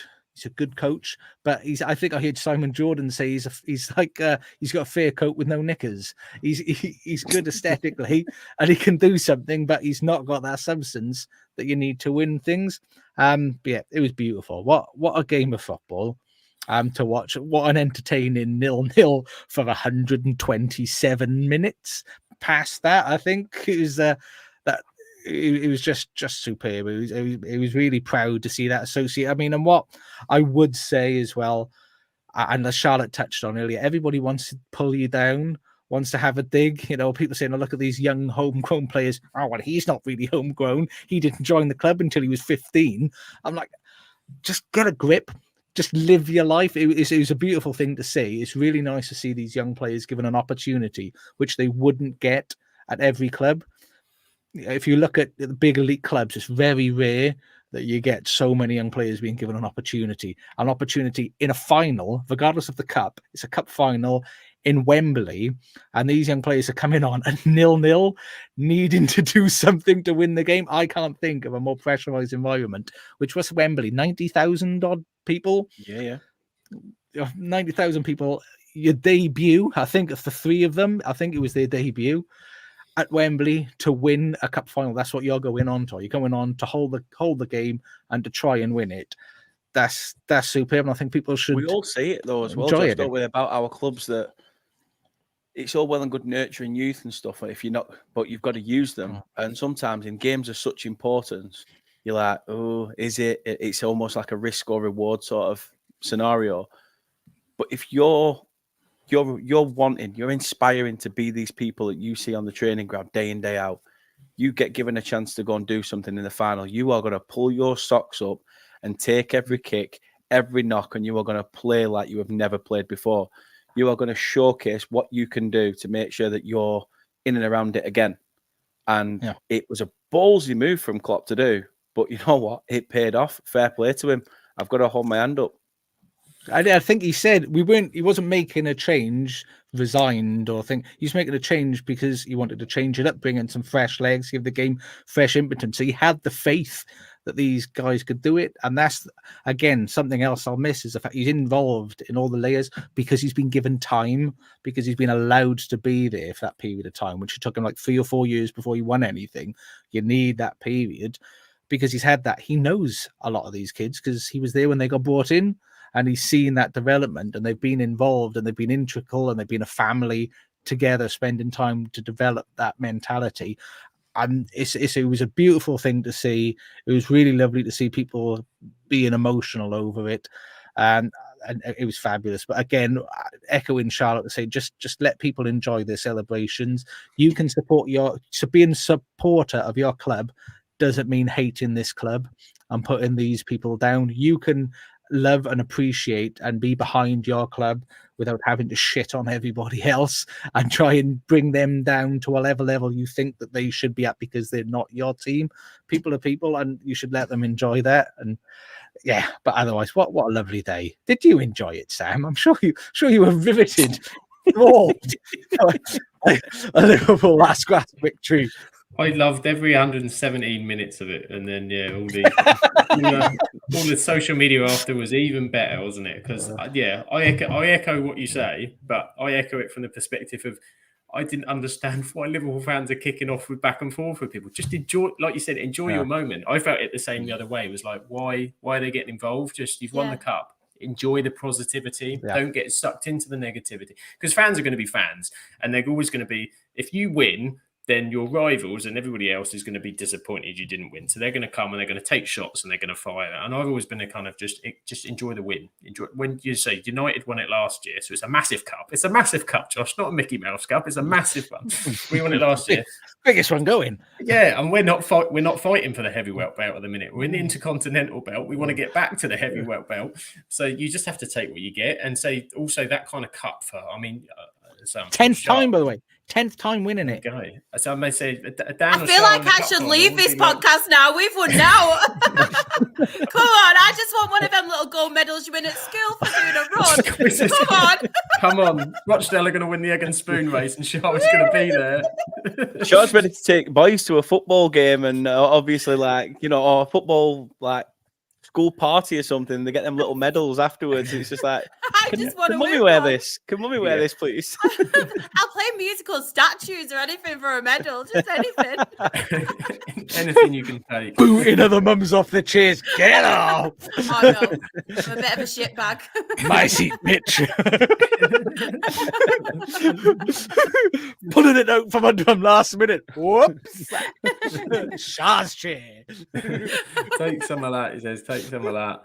I think, the game itself, I found it was entertaining, because you were kind of on the tent. It was going, what happened? I was getting that feeling as I was watching it, as Chelsea missed, the win. You had a couple of the scrambles as well. Some of the brilliance. Kelleher was fantastic. Kelleher had an absolute belt. Chances, didn't they? They had chances, and you're watching this going, Liverpool going to win this. Liverpool going to win this, and it just some of that you just felt Liverpool were that team that step into a moment. You said someone like Van Dijk, someone's going to step into the moment, and that change of, because at the back end of the game going into it, they had a massive chance in injury time, and Chelsea were on top that last 10 minutes, and then extra time it just flipped, and the kids thing worked so well, because the energy of Chelsea was just sapped, absolutely sapped. And you could see the confidence in your kids growing as they went through. Dan's looked like he could really create. So he had a really good header, actually, which, to be fair, Petrovic saved really well. He could have been the one. And they had a fantastic, you felt the energy kind of going, and you saw the difference. And this is the point we've been making about Chelsea all season. Their kids are worth £50 million, and they're not kids, some of them either. They're 19, 20, 21. Mudryk won trophies elsewhere, some of them. Exactly. Mudryk, and was the other guy? Was it Mukiele they had on the right-hand side? Just couldn't make a decision between them. Decision making was appalling. And it's just those kind of prodded. And then when you hear Poch's interview afterwards, he said he played for penalties. Nah, sorry, you don't deserve to win a final if you get into extra time and you play for penalties with a team that you had out versus the team. Now, Chelsea let's be honest, Chelsea have been poor all season. So even though when I looked at the lineups, I went, but I don't trust this Chelsea team at all. There's no trust in this Chelsea team that they're going to step up. But if you go in with that mantra, you should be going the extra time going, here's our chance, boys. And Poch brought some youngsters on. So he did have some energy that he could bring off the bench, and just didn't kind of do anything. And you're watching it, the set pieces, I say Van Dijk had the crazy one ruled out. So they had their warning, and Mudryk just let him run off. Why he's the man on him as well. If you don't learn your lessons, you get punished, and they deservedly got punished. I mean, I honestly thought Raheem Sterling was going to have a game. That's where my nervousness was. I thought he's going to come back and he was going to give it stacks. But then they were bringing on Nkunku off the bench, bringing on Mudryk off the bench, bringing on Madueke off the bench, and we're bringing on James McConnell and Jayden Dans. The thing with all that is, though, you're bringing them kind of players on, but your club, your players, everyone at the club, the togetherness, where I feel like at Chelsea, no matter where you are, they're all a bunch of individuals. There's no togetherness about any of that club. And I don't want to sound like awful or anything, but I honestly think Pochettino is just there for the next, I think he's a yes man. I think he's basically just there. I think no matter whether you're one of the, you're Enzo Fernandez, whether you're Thiago Silva, whether you're one of the kids, I don't think there's any togetherness about Chelsea whatsoever at the minute. I think we're just all a bunch 100%. of individuals and egos, whereas you've got them young lads who have come on, and we can all call Klopp for his mistakes and some of the stuff that he does. We've all got an opinion on Klopp, but you can't fault him for what he's done for Liverpool, for what he's done for the whole, no matter what team, whether it's bringing the fans together, whether it's the stuff he does off the pitch, whether it's the young lads, as we've mentioned. There's that togetherness at Liverpool, whereas Chelsea, it's just toxic at the minute, in my opinion. And I'm not a Chelsea fan, but I can see it. And I think Gary Neville, said it how it is, with the blue billionaire bottle jobs. They're a bunch of price tags, aren't they? And the problem is the money has enabled them to everybody. So they've got that label. So every player comes to the label as you're a £50 billion player. And they haven't thought about what that brings and what that entails. So they immediately, you have a fee like that, there's justification of demanding it, and none of them are. I mean, that midfield between Caicedo and Enzo Fernandez. Caicedo was awful. How did he not get yellow carded? I mean, you can say what you want, whether it's a red card or not, and I upset somebody today who decided to block me because I disagreed with an opinion he had. But how did he not get yellow carded? Because he was just everywhere sticking boots in. And Fernandez, did you see Fernandez square up to a fan after the game? Just get a grip of yourself. I think you're right, this atmosphere is not healthy. No. It's not healthy in there. And I blame Todd Bowley for that, incidentally. Yeah. And it sounded like me then. Incidentally. Ted Bowley. It's not looking good, and that's gonna hurt them. That is gonna hurt them a lot, Chelsea, and give them a big kick in. And for Liverpool, of course, you're fighting on fronts. There's other fronts going on. I think we saw it in the chat. They're asking about the other cup, say FA Cup, League, and Europa. I did see there was the Q word was mentioned. The Q word was mentioned a few times before the game. I saw as well. Quincy, the quadruple quarterfinals of the FA Cup. Yeah.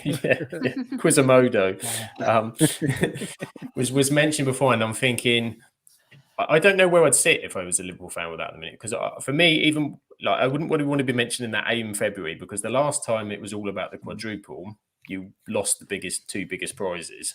They didn't happen. On the last day. Yeah, but you didn't win them. So it doesn't matter. On the last day. They just dragged it out. All your hopes and your dreams. This is it. They gave you the hope and they didn't. That Q win. And I just think that the one that you want and the one that you need is the Premier League. That is the 100%. 100%. And you that's what you want. If I said to you now, you can have the Premier League, but you'll sack off the others, you'd snap my hand off and say, I will have it. Yeah. That's and particularly in Klopp's last season. And you just think with the amount of games now that you've got to play. So I don't think you losing to Southampton in midweek would be the worst thing for your league chances. It's another, I don't want to say it's a distraction, because games can build games and wins, but where your squad's at the minute, I mean, Darwin Núñez is injured and almost flipping. I would have been more worried about him screaming out of the stands the way he did. He seemed to be wiped out Curtis Jones. I don't know. Did you see Klopp after the game? They said, did you see Darwin's celebrations? And Klopp said, yeah. He said, I need to have a word with our physios because they told me he was injured. He's smashing Curtis Jones out the way. Exactly. So it will be interesting how this kind of moves your season on. As you say, Southampton in midweek in the FA Cup, and then Europa League's back next week. I think, was it week after I forget where the Europa League is. I want to bomb out of all of them, mate. I would put out like people's aunties and uncles and grandparents and stuff out there. I'd like have make a wish teams. I'd put a special appeal out. Can we just have some kids come on and have a kick about? As long as I show speed doesn't show up, I'll be quite happy. You know what's interesting about the FA Cup though? Chelsea have got Leeds, and I think Leeds could do some serious damage to that team. They are in Leeds great on form. fire. They are. Smash it, absolutely on wouldn't fire. That could well happen, and that may, because I think it's going to start really turning on Poch now. Really, That'll end turning him, on won't Poch. it? That could Yeah. be it. If they lose at Yeah. Leeds, yeah, you're right. I think that could be good night Vienna. We'll go back Eddie's to upsetting me in the chat as well. Chelsea are a FIFA team. They spend a lot of money on potential. It's like 11 random lads going on a pitch. All right, who's doing what? They're lost, no plan, nothing. Paul says problem with Chelsea, throwing pathetic money at them long-term deals. Last time Chelsea had anything about them when Lampard was in charge and the transfer embargo, forcing them bring academy players through. That was working. This new Chelsea ain't working. Eddie says Liverpool's injuries for an entire starting. It is. It's this. We've got a really good injury squad. Really good. I think Alisson's meant to be back after the international break. So Bosley is about then. Salah is about then, and so is Nunez. We're going to miss Shota. That's heartbreaking. And that's genuinely quite heartbreaking as well. Shota. I think who else was it? I mean, Gravenberch. I felt for Gravenberch. Do you know what? I think somebody, I don't know who it was, quote tweeted me on when we were linked with Endo in the summer. And I didn't give him any grief or anything. I just said something like, "Dear Lord." And that was it when we linked with him. He was, I don't know if you saw, he went off, he had a protective boot and crutches and all of that after the game. He's actually more pivotal than I think people gave him credit for originally. He's really adapted, and that makes me unnerved. The fact that if we're left with just McAllister and I don't know who else we're going to play in midfield. Well, you haven't really had a kind of workhorse in that midfield for a few years, and it makes such the difference. Is the parts you sung role I've always seen it as. Yeah, exactly. Super John Joe. It's John Joe, wasn't it? Oh yeah, big John Joe. John Joe shelf putter upper. That guy. Do you know we used to have Momo Sissoko? Oh, he was a tackler, wasn't he? Legs. His legs. I love the skill levels of Jimmy Traore, especially at Turf Moor, showing us legs. Champions League winning Jimmy Traore. I was going to say, Lucas Lavia. He was in there. I don't know if I'll tell you this little throwaway. I once went to a fancy dress party in my Liverpool kit with Lucas on the back, and I had long blonde hair at the time. I used to be attractive and everything, fairly long blonde hair. And I went, as in my head, everyone's going to know I'm Lucas. And so I walked in, somebody went, "Hey, look, it's Dirk Kuyt." You could have just looked around the door and gone, "Unlucky." I thought you were going to say I went to a fancy dress dressed up as Jimmy Traore. I was going to say, Josh, that's not okay. You can't be doing that. Come on. My eyes are like, "Oh no, don't tell this story here." I was like, this is it. We knew we were going to get cancelled. We were waiting for Hey, it. Here you we guys.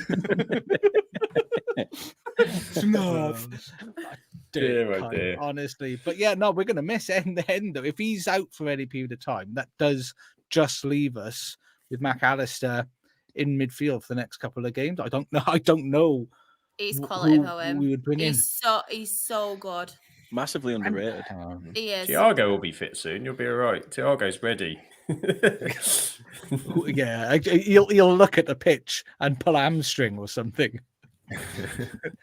He's on the bench. Come on, take your top off now. Oh shit, that's gone. Hammy's gone, mate. I'm unnerved, mate. I am unnerved. So yeah, let's get like the grandparents teams out. That'd be lovely. Get all the grandparents back down on the pitch. I'm happy in the FA Cup and Europa League. I don't care.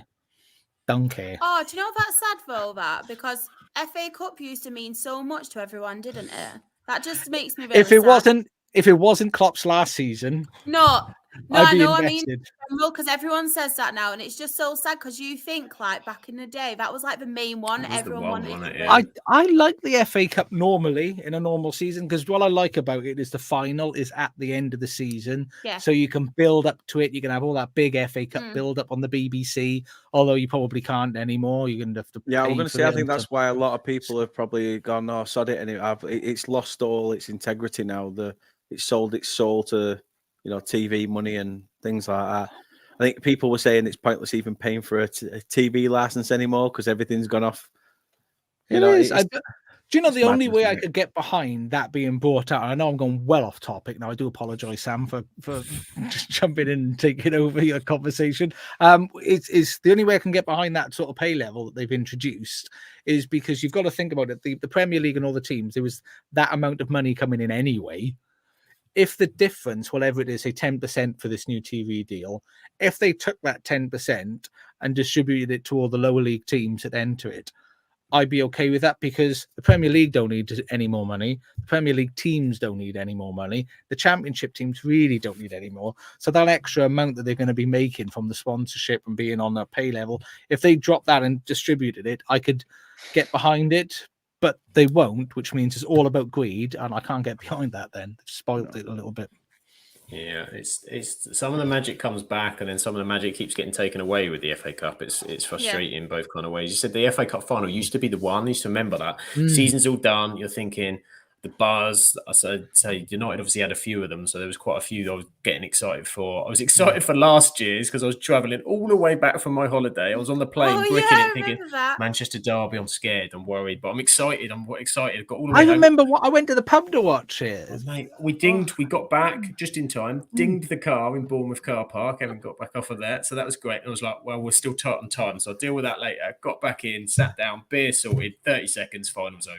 Bloody Bernardo still 1-0 down, all of that, game over. So it is, it's still there. Like you said, if you get there, then I'm sure the feeling will be different. But at the minute, there's lots to go for. There's lots of competitions. And talking of lots of competitions, I'm moving us through to Europe. It's European leagues. Where there's some stuff's happened. Stuff's happened in Spain. There's been so much in England. I haven't really paid too much attention to Spain, but I'll try and give a recap what's been going on. Real Madrid won. Real Madrid did win again. That's the key thing. They are starting to absolutely run away with it now. It's looking like it's good night. Good night over there. Luka Modric, the old man Luka Modric, still doing the business. I know. He still do. I think he's leaving at the end of the season at like 39. It's crazy. Did he score a crazy goal? Yeah, he did. It was crazy as well. Super. I got Modric. some grief on Twitter last night because I retweeted. There was a picture of him and Sergio Ramos, and they're two of like my favorite players. Everyone knows how much I love Sergio Ramos and like a defender. That's like the position I proper love. And I just think Luka Modric is so good, such a class player. And someone was like, "Aren't you a Rochdale fan?" I was like, "Well, am I not allowed to appreciate like two world-class players?" What's that got to do in with your it? box? Yeah, how dare you like a footballer that doesn't play for your team? It's like, really? So I can't appreciate like world-class footballers. Did you see that a picture of Sergio Ramos and Luka Modric? That's like Josh going to a party with his long blonde hair and saying he's dressed like Sergio Ramos, but being told he's Luka Modric. Who are you, Gil Platt? Hey, Luca. Gil Platt. Oh dear. There you go. Luka Modric coming up. Girona won tonight as well. Soon. Girona won tonight 3-0 against Rayo Vallecano. They needed that win, to be fair, Girona. They did. Dropped off a little bit. So does that put them back above Barca? I think back into second place, 59 points. Barca beat Getafe 4-0. Lovely little win for Barcelona. We've got, what else have we got going on there? Yeah, disappointing result for Atletico. Almeria cannot get a win. They cannot get a win, but they did hold Atletico and missed after their loss in the San Siro last week against Inter Milan in the Champions League. Not a great league result for them at the weekend. Sad postponement this weekend as well. Valencia, the game postponed. Obviously, the very sad fires that are going on over there. So I hope everybody's okay. If you're watching over in Spain, anywhere near Valencia, and hopefully they'll be back playing football soon, but they have more important things to deal with over there. And Mr. Luke says, yes, Almeria, they have to win soon. Surely. The season is running out.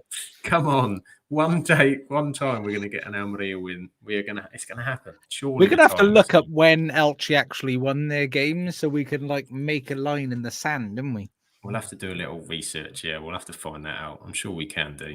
We say that every week. We're like, we'll find out for next week. And so somebody tweet us or message us next Monday before we go live, and we'll have a little gander just to be sure.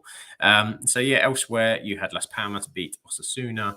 Well, Betis 3-1 against Athletic Bilbao. Cadiz 2, Celta Vigo 2, Alaves 1, Real Mallorca 1, and Villarreal winning at Real Sociedad. So a good little result for Villarreal because Sociedad have had a decent season as well.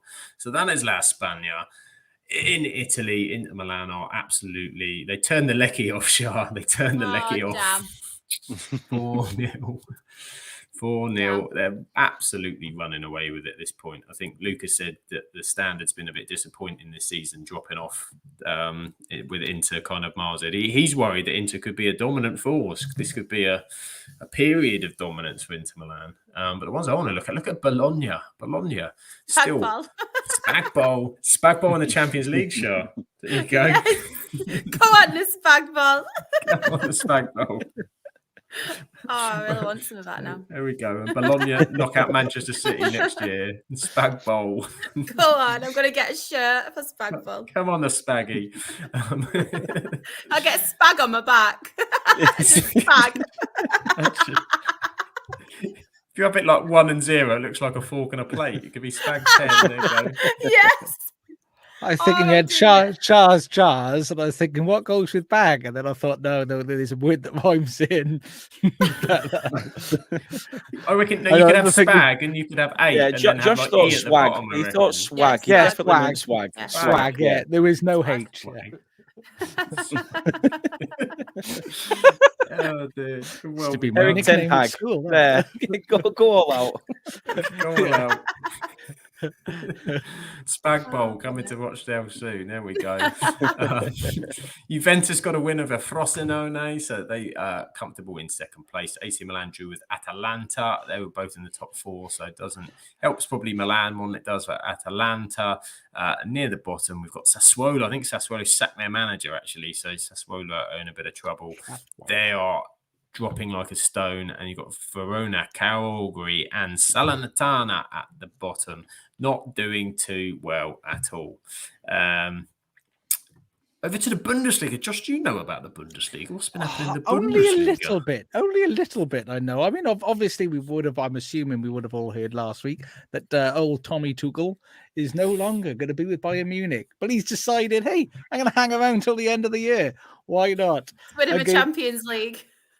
And he gave a cracking press conference where he basically sat down and said, yeah, we decided, the board's decided, they're going to let me go. I'm a professional. Hey, I'm a professional. I can accept the decision.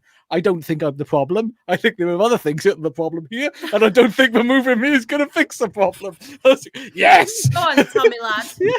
And then after the game, he gave another interview and he said again, yes, I'm definitely sick to the end of the season because I'm a professional. Football's a business. But as I said in the press conference, I'm not the problem, which I thought is just fantastic. And people think he's controversial. But they managed an RB Leipzig victory in the 91st minute with Harry Kane with a brace. So Harry Kane still banging away the goals there. He scored like 8 million goals in like 23 games. I think it's something like 26, 27 goals in 23 games and something like 30 goal contributions altogether. As you can imagine, my weekend was tied up by the League Cup, so I didn't catch a huge amount other than Hoffenheim beat Dortmund. So I don't quite know. I don't think Sancho's doing very much there now. Got subbed off quite early on. Shock, yeah. His PlayStation game's strong though, I bet. It's good on FIFA. Yeah, I mean, he's in all their adverts, all over the adverts for Dortmund. So he's earning them a lot of money that way. I think Gavassi was back for Stuttgart. I think Stuttgart drew. Did they drew?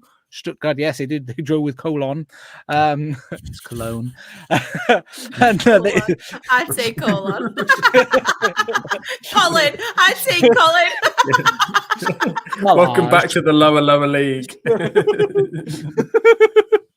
Collage. I thought that was a toothpaste at first, but it's not. That's Colgate, isn't it? But they do one. Serge Gavassi back in. He's been out for a while, and they've had Dennis Undav, who's been in, and he's actually been scoring the goals for them and seeking them a couple of victories, but he didn't play. Gavassi did, and Gavassi didn't score, and they didn't win. The only real big though match that people are interested in is, of course, Union Berlin to Heidenheim 2. I'm joking. Of course, it is your friend and mine, potential Liverpool manager or potential Bayern Munich manager. Who knows? It depends whether he wants to work for a bunch of lunatics or a bunch of cheapos. So it just depends which way is that seesaw going to go. But Bayer Leverkusen, they did win 2-1 against Mainz. Not a fabulous game by Alonso's own admission, one of their weaker games. But guess who scored the opening goal? Granit Xhaka. That's right. Granit, 3rd minute. I've not seen it. Apparently, he did the best interview. He did a fancy goal celebration, which he coordinated with Frimpong. I've not seen it. If somebody could find it and send it to me on Twitter, that would be excellent. But in the interview, they said to him about this goal celebration. He said, "Yeah, me and Frimpong have been working on it for a while. I was just waiting to score a goal in a couple of months." He's played really well this season, to be fair to him, Xhaka. Yes. He was good at Arsenal last season. It was a good pickup for them. It was. He's been really solid. He scored in the 3rd minute, and in the 7th minute, Man's capped back, and it was quite a poor game by Leverkusen. But then Robert Andrich, 68th minute, they scored, and again unbeaten, only team. I think they're the only team in Europe unbeaten now. I'm pretty confident I might be right there, which is quite an achievement. He's just got to keep those victories going, because can't afford to lose, because Bayern Munich will be hot on you. And that's all I've got really, because I didn't watch a lot of it. I really enjoyed the League Cup. I got all geared up for that. I did all of my shit that I had to do on Saturday, so I watched nothing on Saturday, so I could have a clean Sunday. But the good news is Leverkusen's still there. They're still there. That's the business. Leverkusen still at the top, and clean Sundays all round, because I had a bath on Sunday, so I also had a clean Sunday. There you go. Lovely stuff. And over to Holland, talking of lovely stuff. Look at PSV Eindhoven. Well, they're unbeaten as well, Josh, so they must be counting in the 7-1. Oh, yeah, it must be just them two then. I knew there's not a lot left now, is there? No, as they just the odd 7-1 victory over PC Zwolle. I think the average victory this season has been 4-0.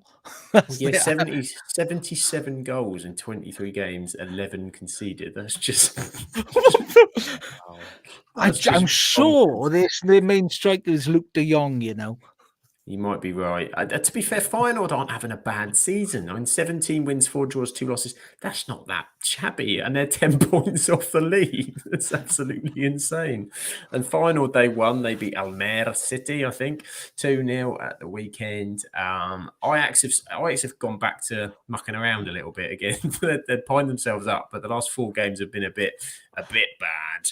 AZ Alkmaar have jumped them, so it's looking like Champions League football for Ajax is slipping away.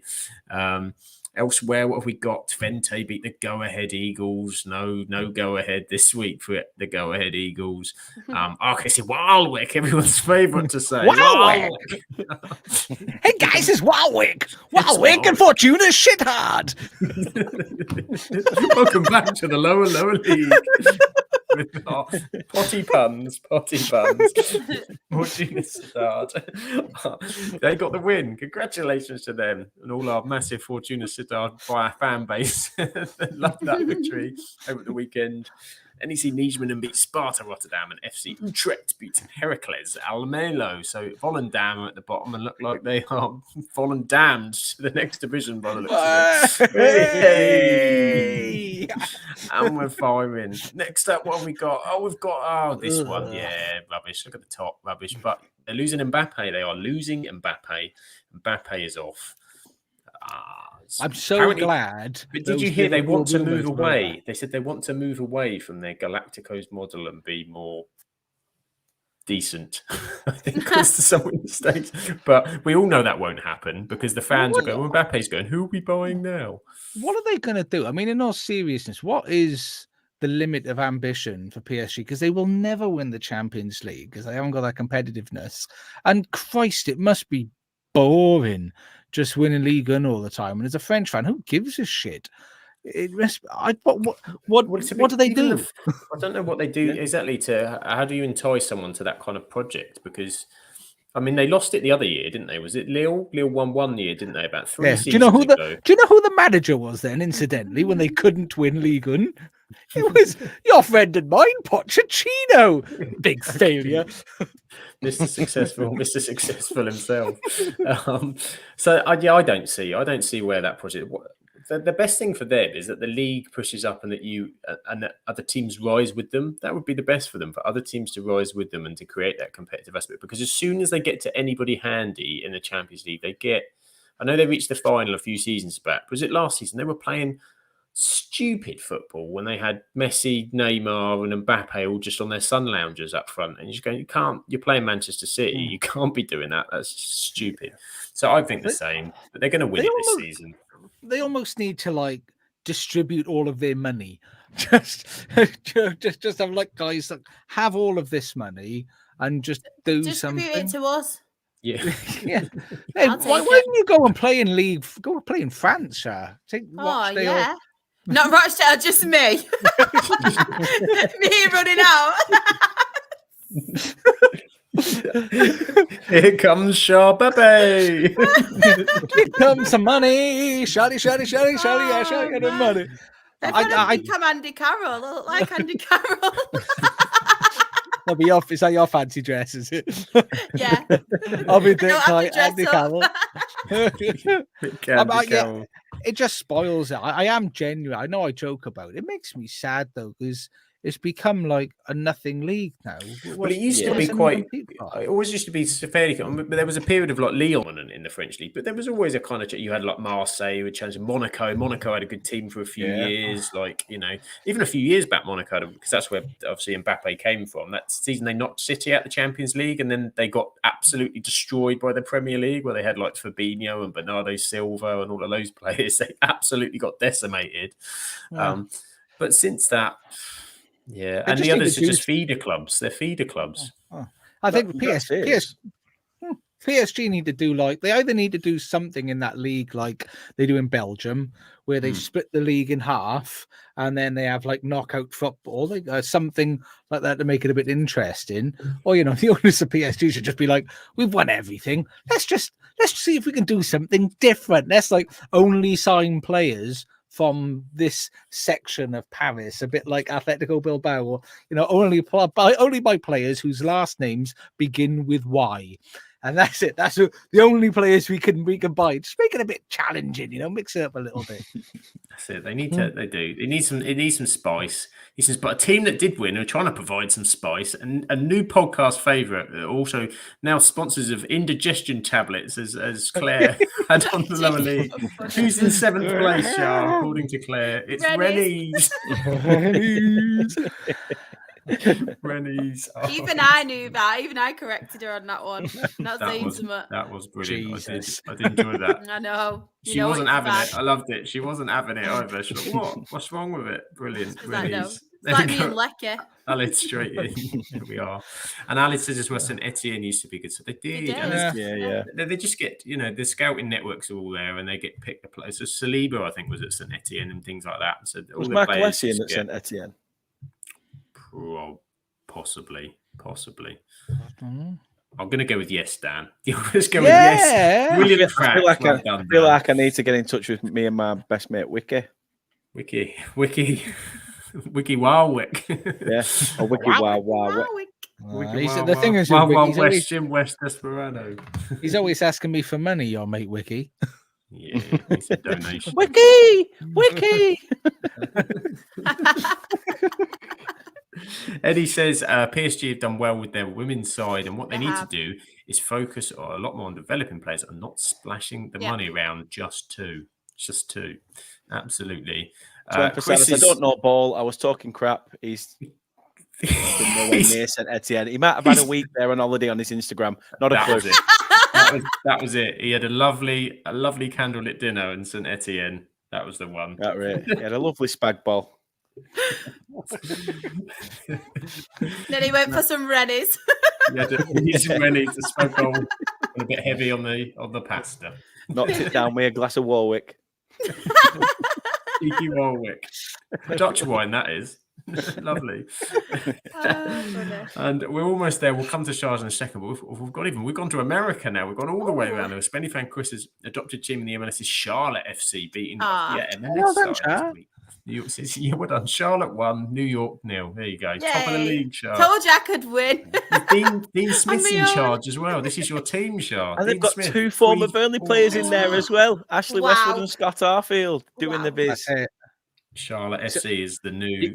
You're going to have to get on the unofficial strips website and get Charlotte a Charlotte top. Charlotte top. I think we may have Charlotte, we may have to add the MLS to this list just to see how Charlotte are getting on through the season, just to see all the way through. And Paul he's Chicago because he likes the Serie Chicago Fire. Great decision. I'd like Chicago. I like Chicago Bulls. I remember the Chicago Bulls were massive when I was younger. The Michael Jordan, all that jazz. I just like that movie with Vince Vaughn, and he's the tour guide on the river in Chicago. I can't think of the film though. What film is it? He falls in love with somebody. The Vince Vaughn comedy. Standard. That's going to bug. They're three brothers. They're tour guides. That's going to bug the balls out of me. Chat. Tell me what film I'm thinking of. There we go. Josh will have a think of that. Charles going to tell us all about the Scottish Premiership. I know. This is the only one I can actually pronounce some of the names in it. Then again, Celtics players are a bit challenging. I'll give them that. But Hibs 2, Dundee 1. So it was a very good performance from Hibs that gave them a well-deserved victory against Dundee. Dylan Vente converted a penalty in the 35th minute.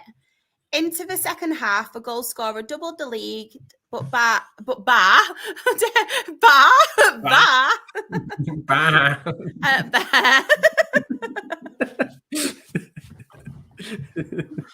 I thought my luck was in then.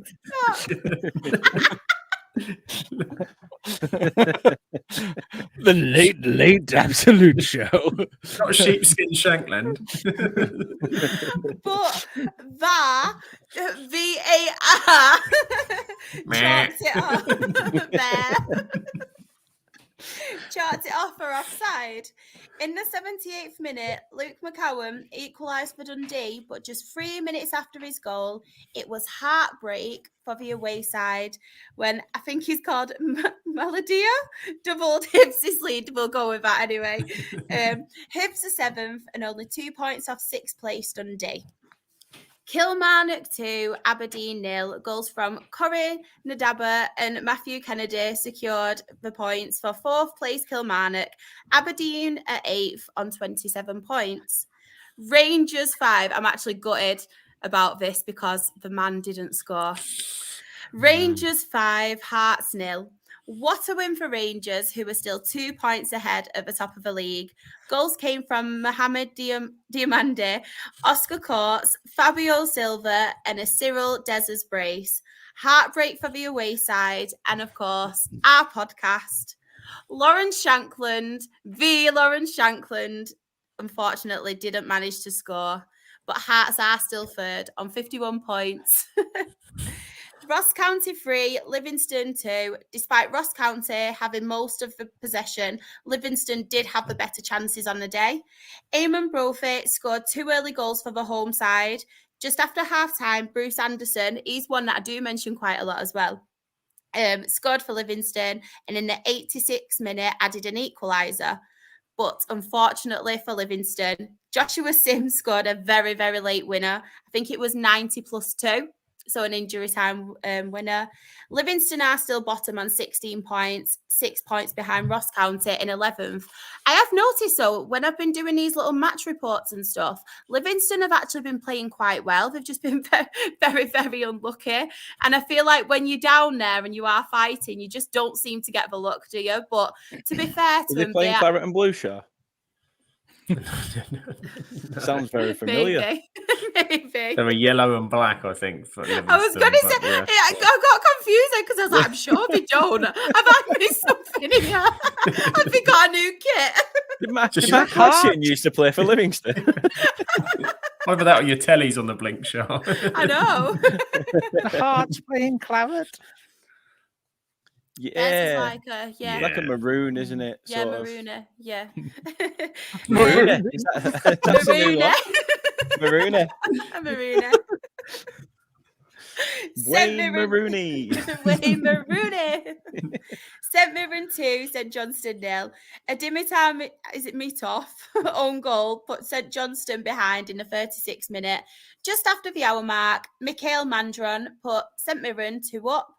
Before the home side then had a food. Third, I can't speak tonight. I need to put my teeth back They all in. went off for food. They all got I to just know. eat and And lived a happily third- ever after. I know, we did. And a third ruled off by VAR. Bye. Then, last but not least, Motherwell 1, Celtic 3. Sunday's game started brightly for Motherwell when forward Blair Spittle gave them the lead just before half-time.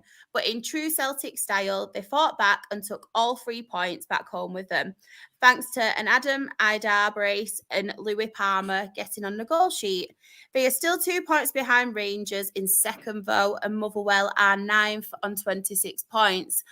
Bloody hell, that was hard work, and it didn't have to be. Can I add, Shah? You missed a trick. Who scored Kilmarnock's goal? I can't. Corey. Not Corey that one. Nadaba, Matthew There's Kennedy. Coriander. Yeah, no, if you think of Esslin, you missed a trick with that because do you know who scored? Matthew Kennedy! I get it now. Kennedy. I was just too heartbroken over Lauren Shanklin not scoring. I mean, every week I come on here and say about Lauren Shanklin scoring, and that's why I couldn't get my words out. I'm out of routine. Absolute shock. It's just a shocker. Next time Matthew Kennedy scores, that's what we need you to think. All of us, Matthew Kennedy. Kennedy. Oh, I love it. Fantastic. I love it. Matthew Kennedy. We're getting these podcast faves. They're racking up. I know, they're racking Bruce up. as well. Bruce Anderson. You Think can he's do gold. it, Bruce. Oh, I used to look like Bruce Bogtrotter as a kid. Have you seen my picture? I think I remember you put it out ages yeah. ago. Did you put it on a TikTok or something? Yeah.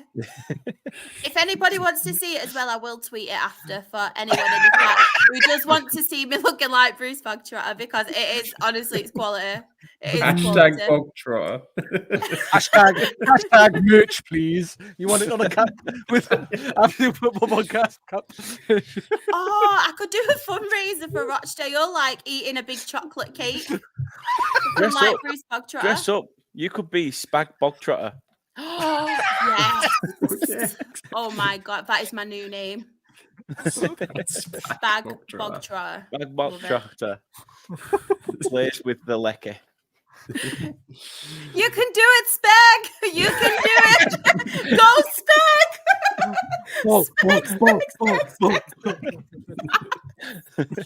Sorry, I'm kind of like But no, spag away. Spag away. Spag away. Spag away.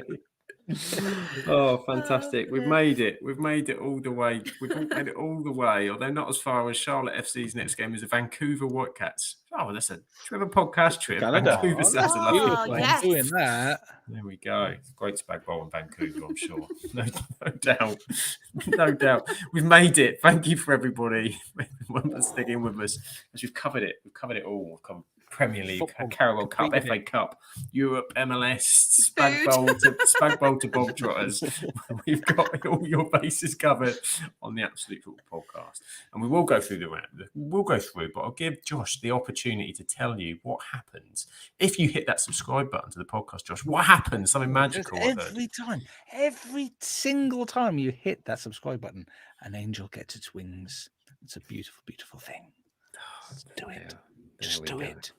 There we go. That's the message you need. And then I did so well to keep a straight face. I didn't. I just laughed all the way through. I'm sorry. it was for me when the angel turned into a swan. Oh There we go. It's true. And True story.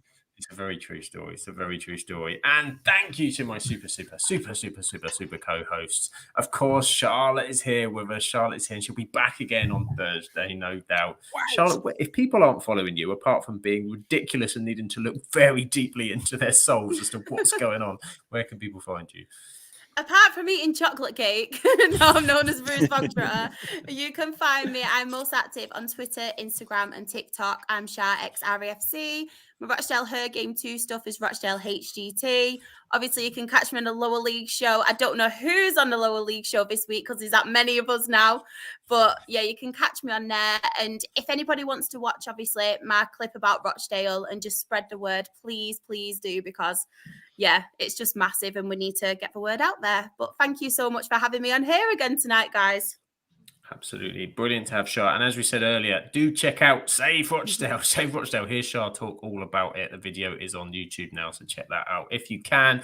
And of course, talking about the man that can, it's Dan. Where are you going to find Dan and his happy Burnley tweets? Where can we find you? Well, in 12 weeks' time, you'll find me on the lower league show. No, honestly, find me at Turf Moorhouse. Just chatting general Burnley slander at the moment, and just living the dream. Just living the dream. Football is life. Football is life. Live the dream. There's Dan's merch. There you go. That was the lamest. I can't even remember what he's called him from Ted Lasso, but that was the worst accent attempt in the world. So I'm going to give it up. He's going to give up. Wow. Don't give it up. Never give it up. Live to your dreams, Dan. Live to your dreams. It can happen. It can happen. And of course, for that, have I ever hosted you before, Josh? Possibly, or one before. This might be maybe once. This is a special, once a season special. where can everybody find you with your new handle? I am. Well, I'm almost exclusively on Twitter, and it's at absolutely Josh _ upsetting people inadvertently because I just ask questions. I only ask the questions. If you don't like the answer, that's on you. But let's be nice and spread a bit of love. But that's where I am. How about you, super duper host? Where am I? Well, at the minute, I'm at the FM Ducks, but I might be changing my handle soon once I can figure out what I might change it to. So there might be the possibility. So they might be able to find me now under Sam Absolute Football, but I don't know what the handle's going to be. So for now, at the FM Ducks, stick with it. But the same, yeah. I don't really do any FMing anymore, so the FM's all a bit strange. So stick with that at the FM Ducks for now. I'm on. What am I on? I'm on Twitter. I'm sometimes on TikTok doing stuff. That's probably the main two. But of course, and we thank everybody in the chat for being brilliant. We thank Aled Spad Trotter. He says, great pod all. Thanks to Spenny fan Chris. Right, great laugh. Thanks for an amazing day. Thank you very much. Heather got distracted. If you came in at the bog trot a bit, Heather, that's a great time to have come in. We're in a very different place to where we started. Thanks as well, Mr. Luke. Great show, everybody. Thank you to everybody who contributed in the chat. Paul's going to pop it on if he's not stuck in prison. Okay, fair enough. But don't worry, he works in one. So that's the reason. That's the reason why we've cleared that up quickly. That's good news. And of course, it's not just us. You need to follow as well. There's places to go. There's places to see us. It's the Absolute Football Podcast. Look at all those smiling, happy faces for the team. We are, of course, on Mondays with the Premier League and European show. On Wednesdays with WSL, with Freya and the team. And on Thursday, it's Shah's Royal Rabble with the lower league. Anything can happen. There's always lots of games. Is it another double game week this week? It is another double game week. So I'm hoping, because the result on Saturday for us was quite positive. So I'm hoping for like another positive result tomorrow. And I will be going, so I might do some stuff for the social media. Magic, exciting stuff. That'll be good. So keep an eye out for that. And where can you find that? You can find that on Twitter at Absolute Football Pod, on YouTube, Absolute Football Podcast, on Twitch, also Absolute Football Podcast, on TikTok, and at Absolute Football Pod, at Instagram and Threads. Maybe Threads is a thing. Threads might be dead. It might be dead. We don't know, but we're trying to keep it alive. Absolute Football Podcast _ and on Facebook, the Absolute Football Podcast. And that is that is it. That's it for now. That's it for now. But more to come. More to come. Keep your eyes open. There will be more to come. Have a lovely day, evening, morning, whenever it is that you're watching this. Take care and tatty bye.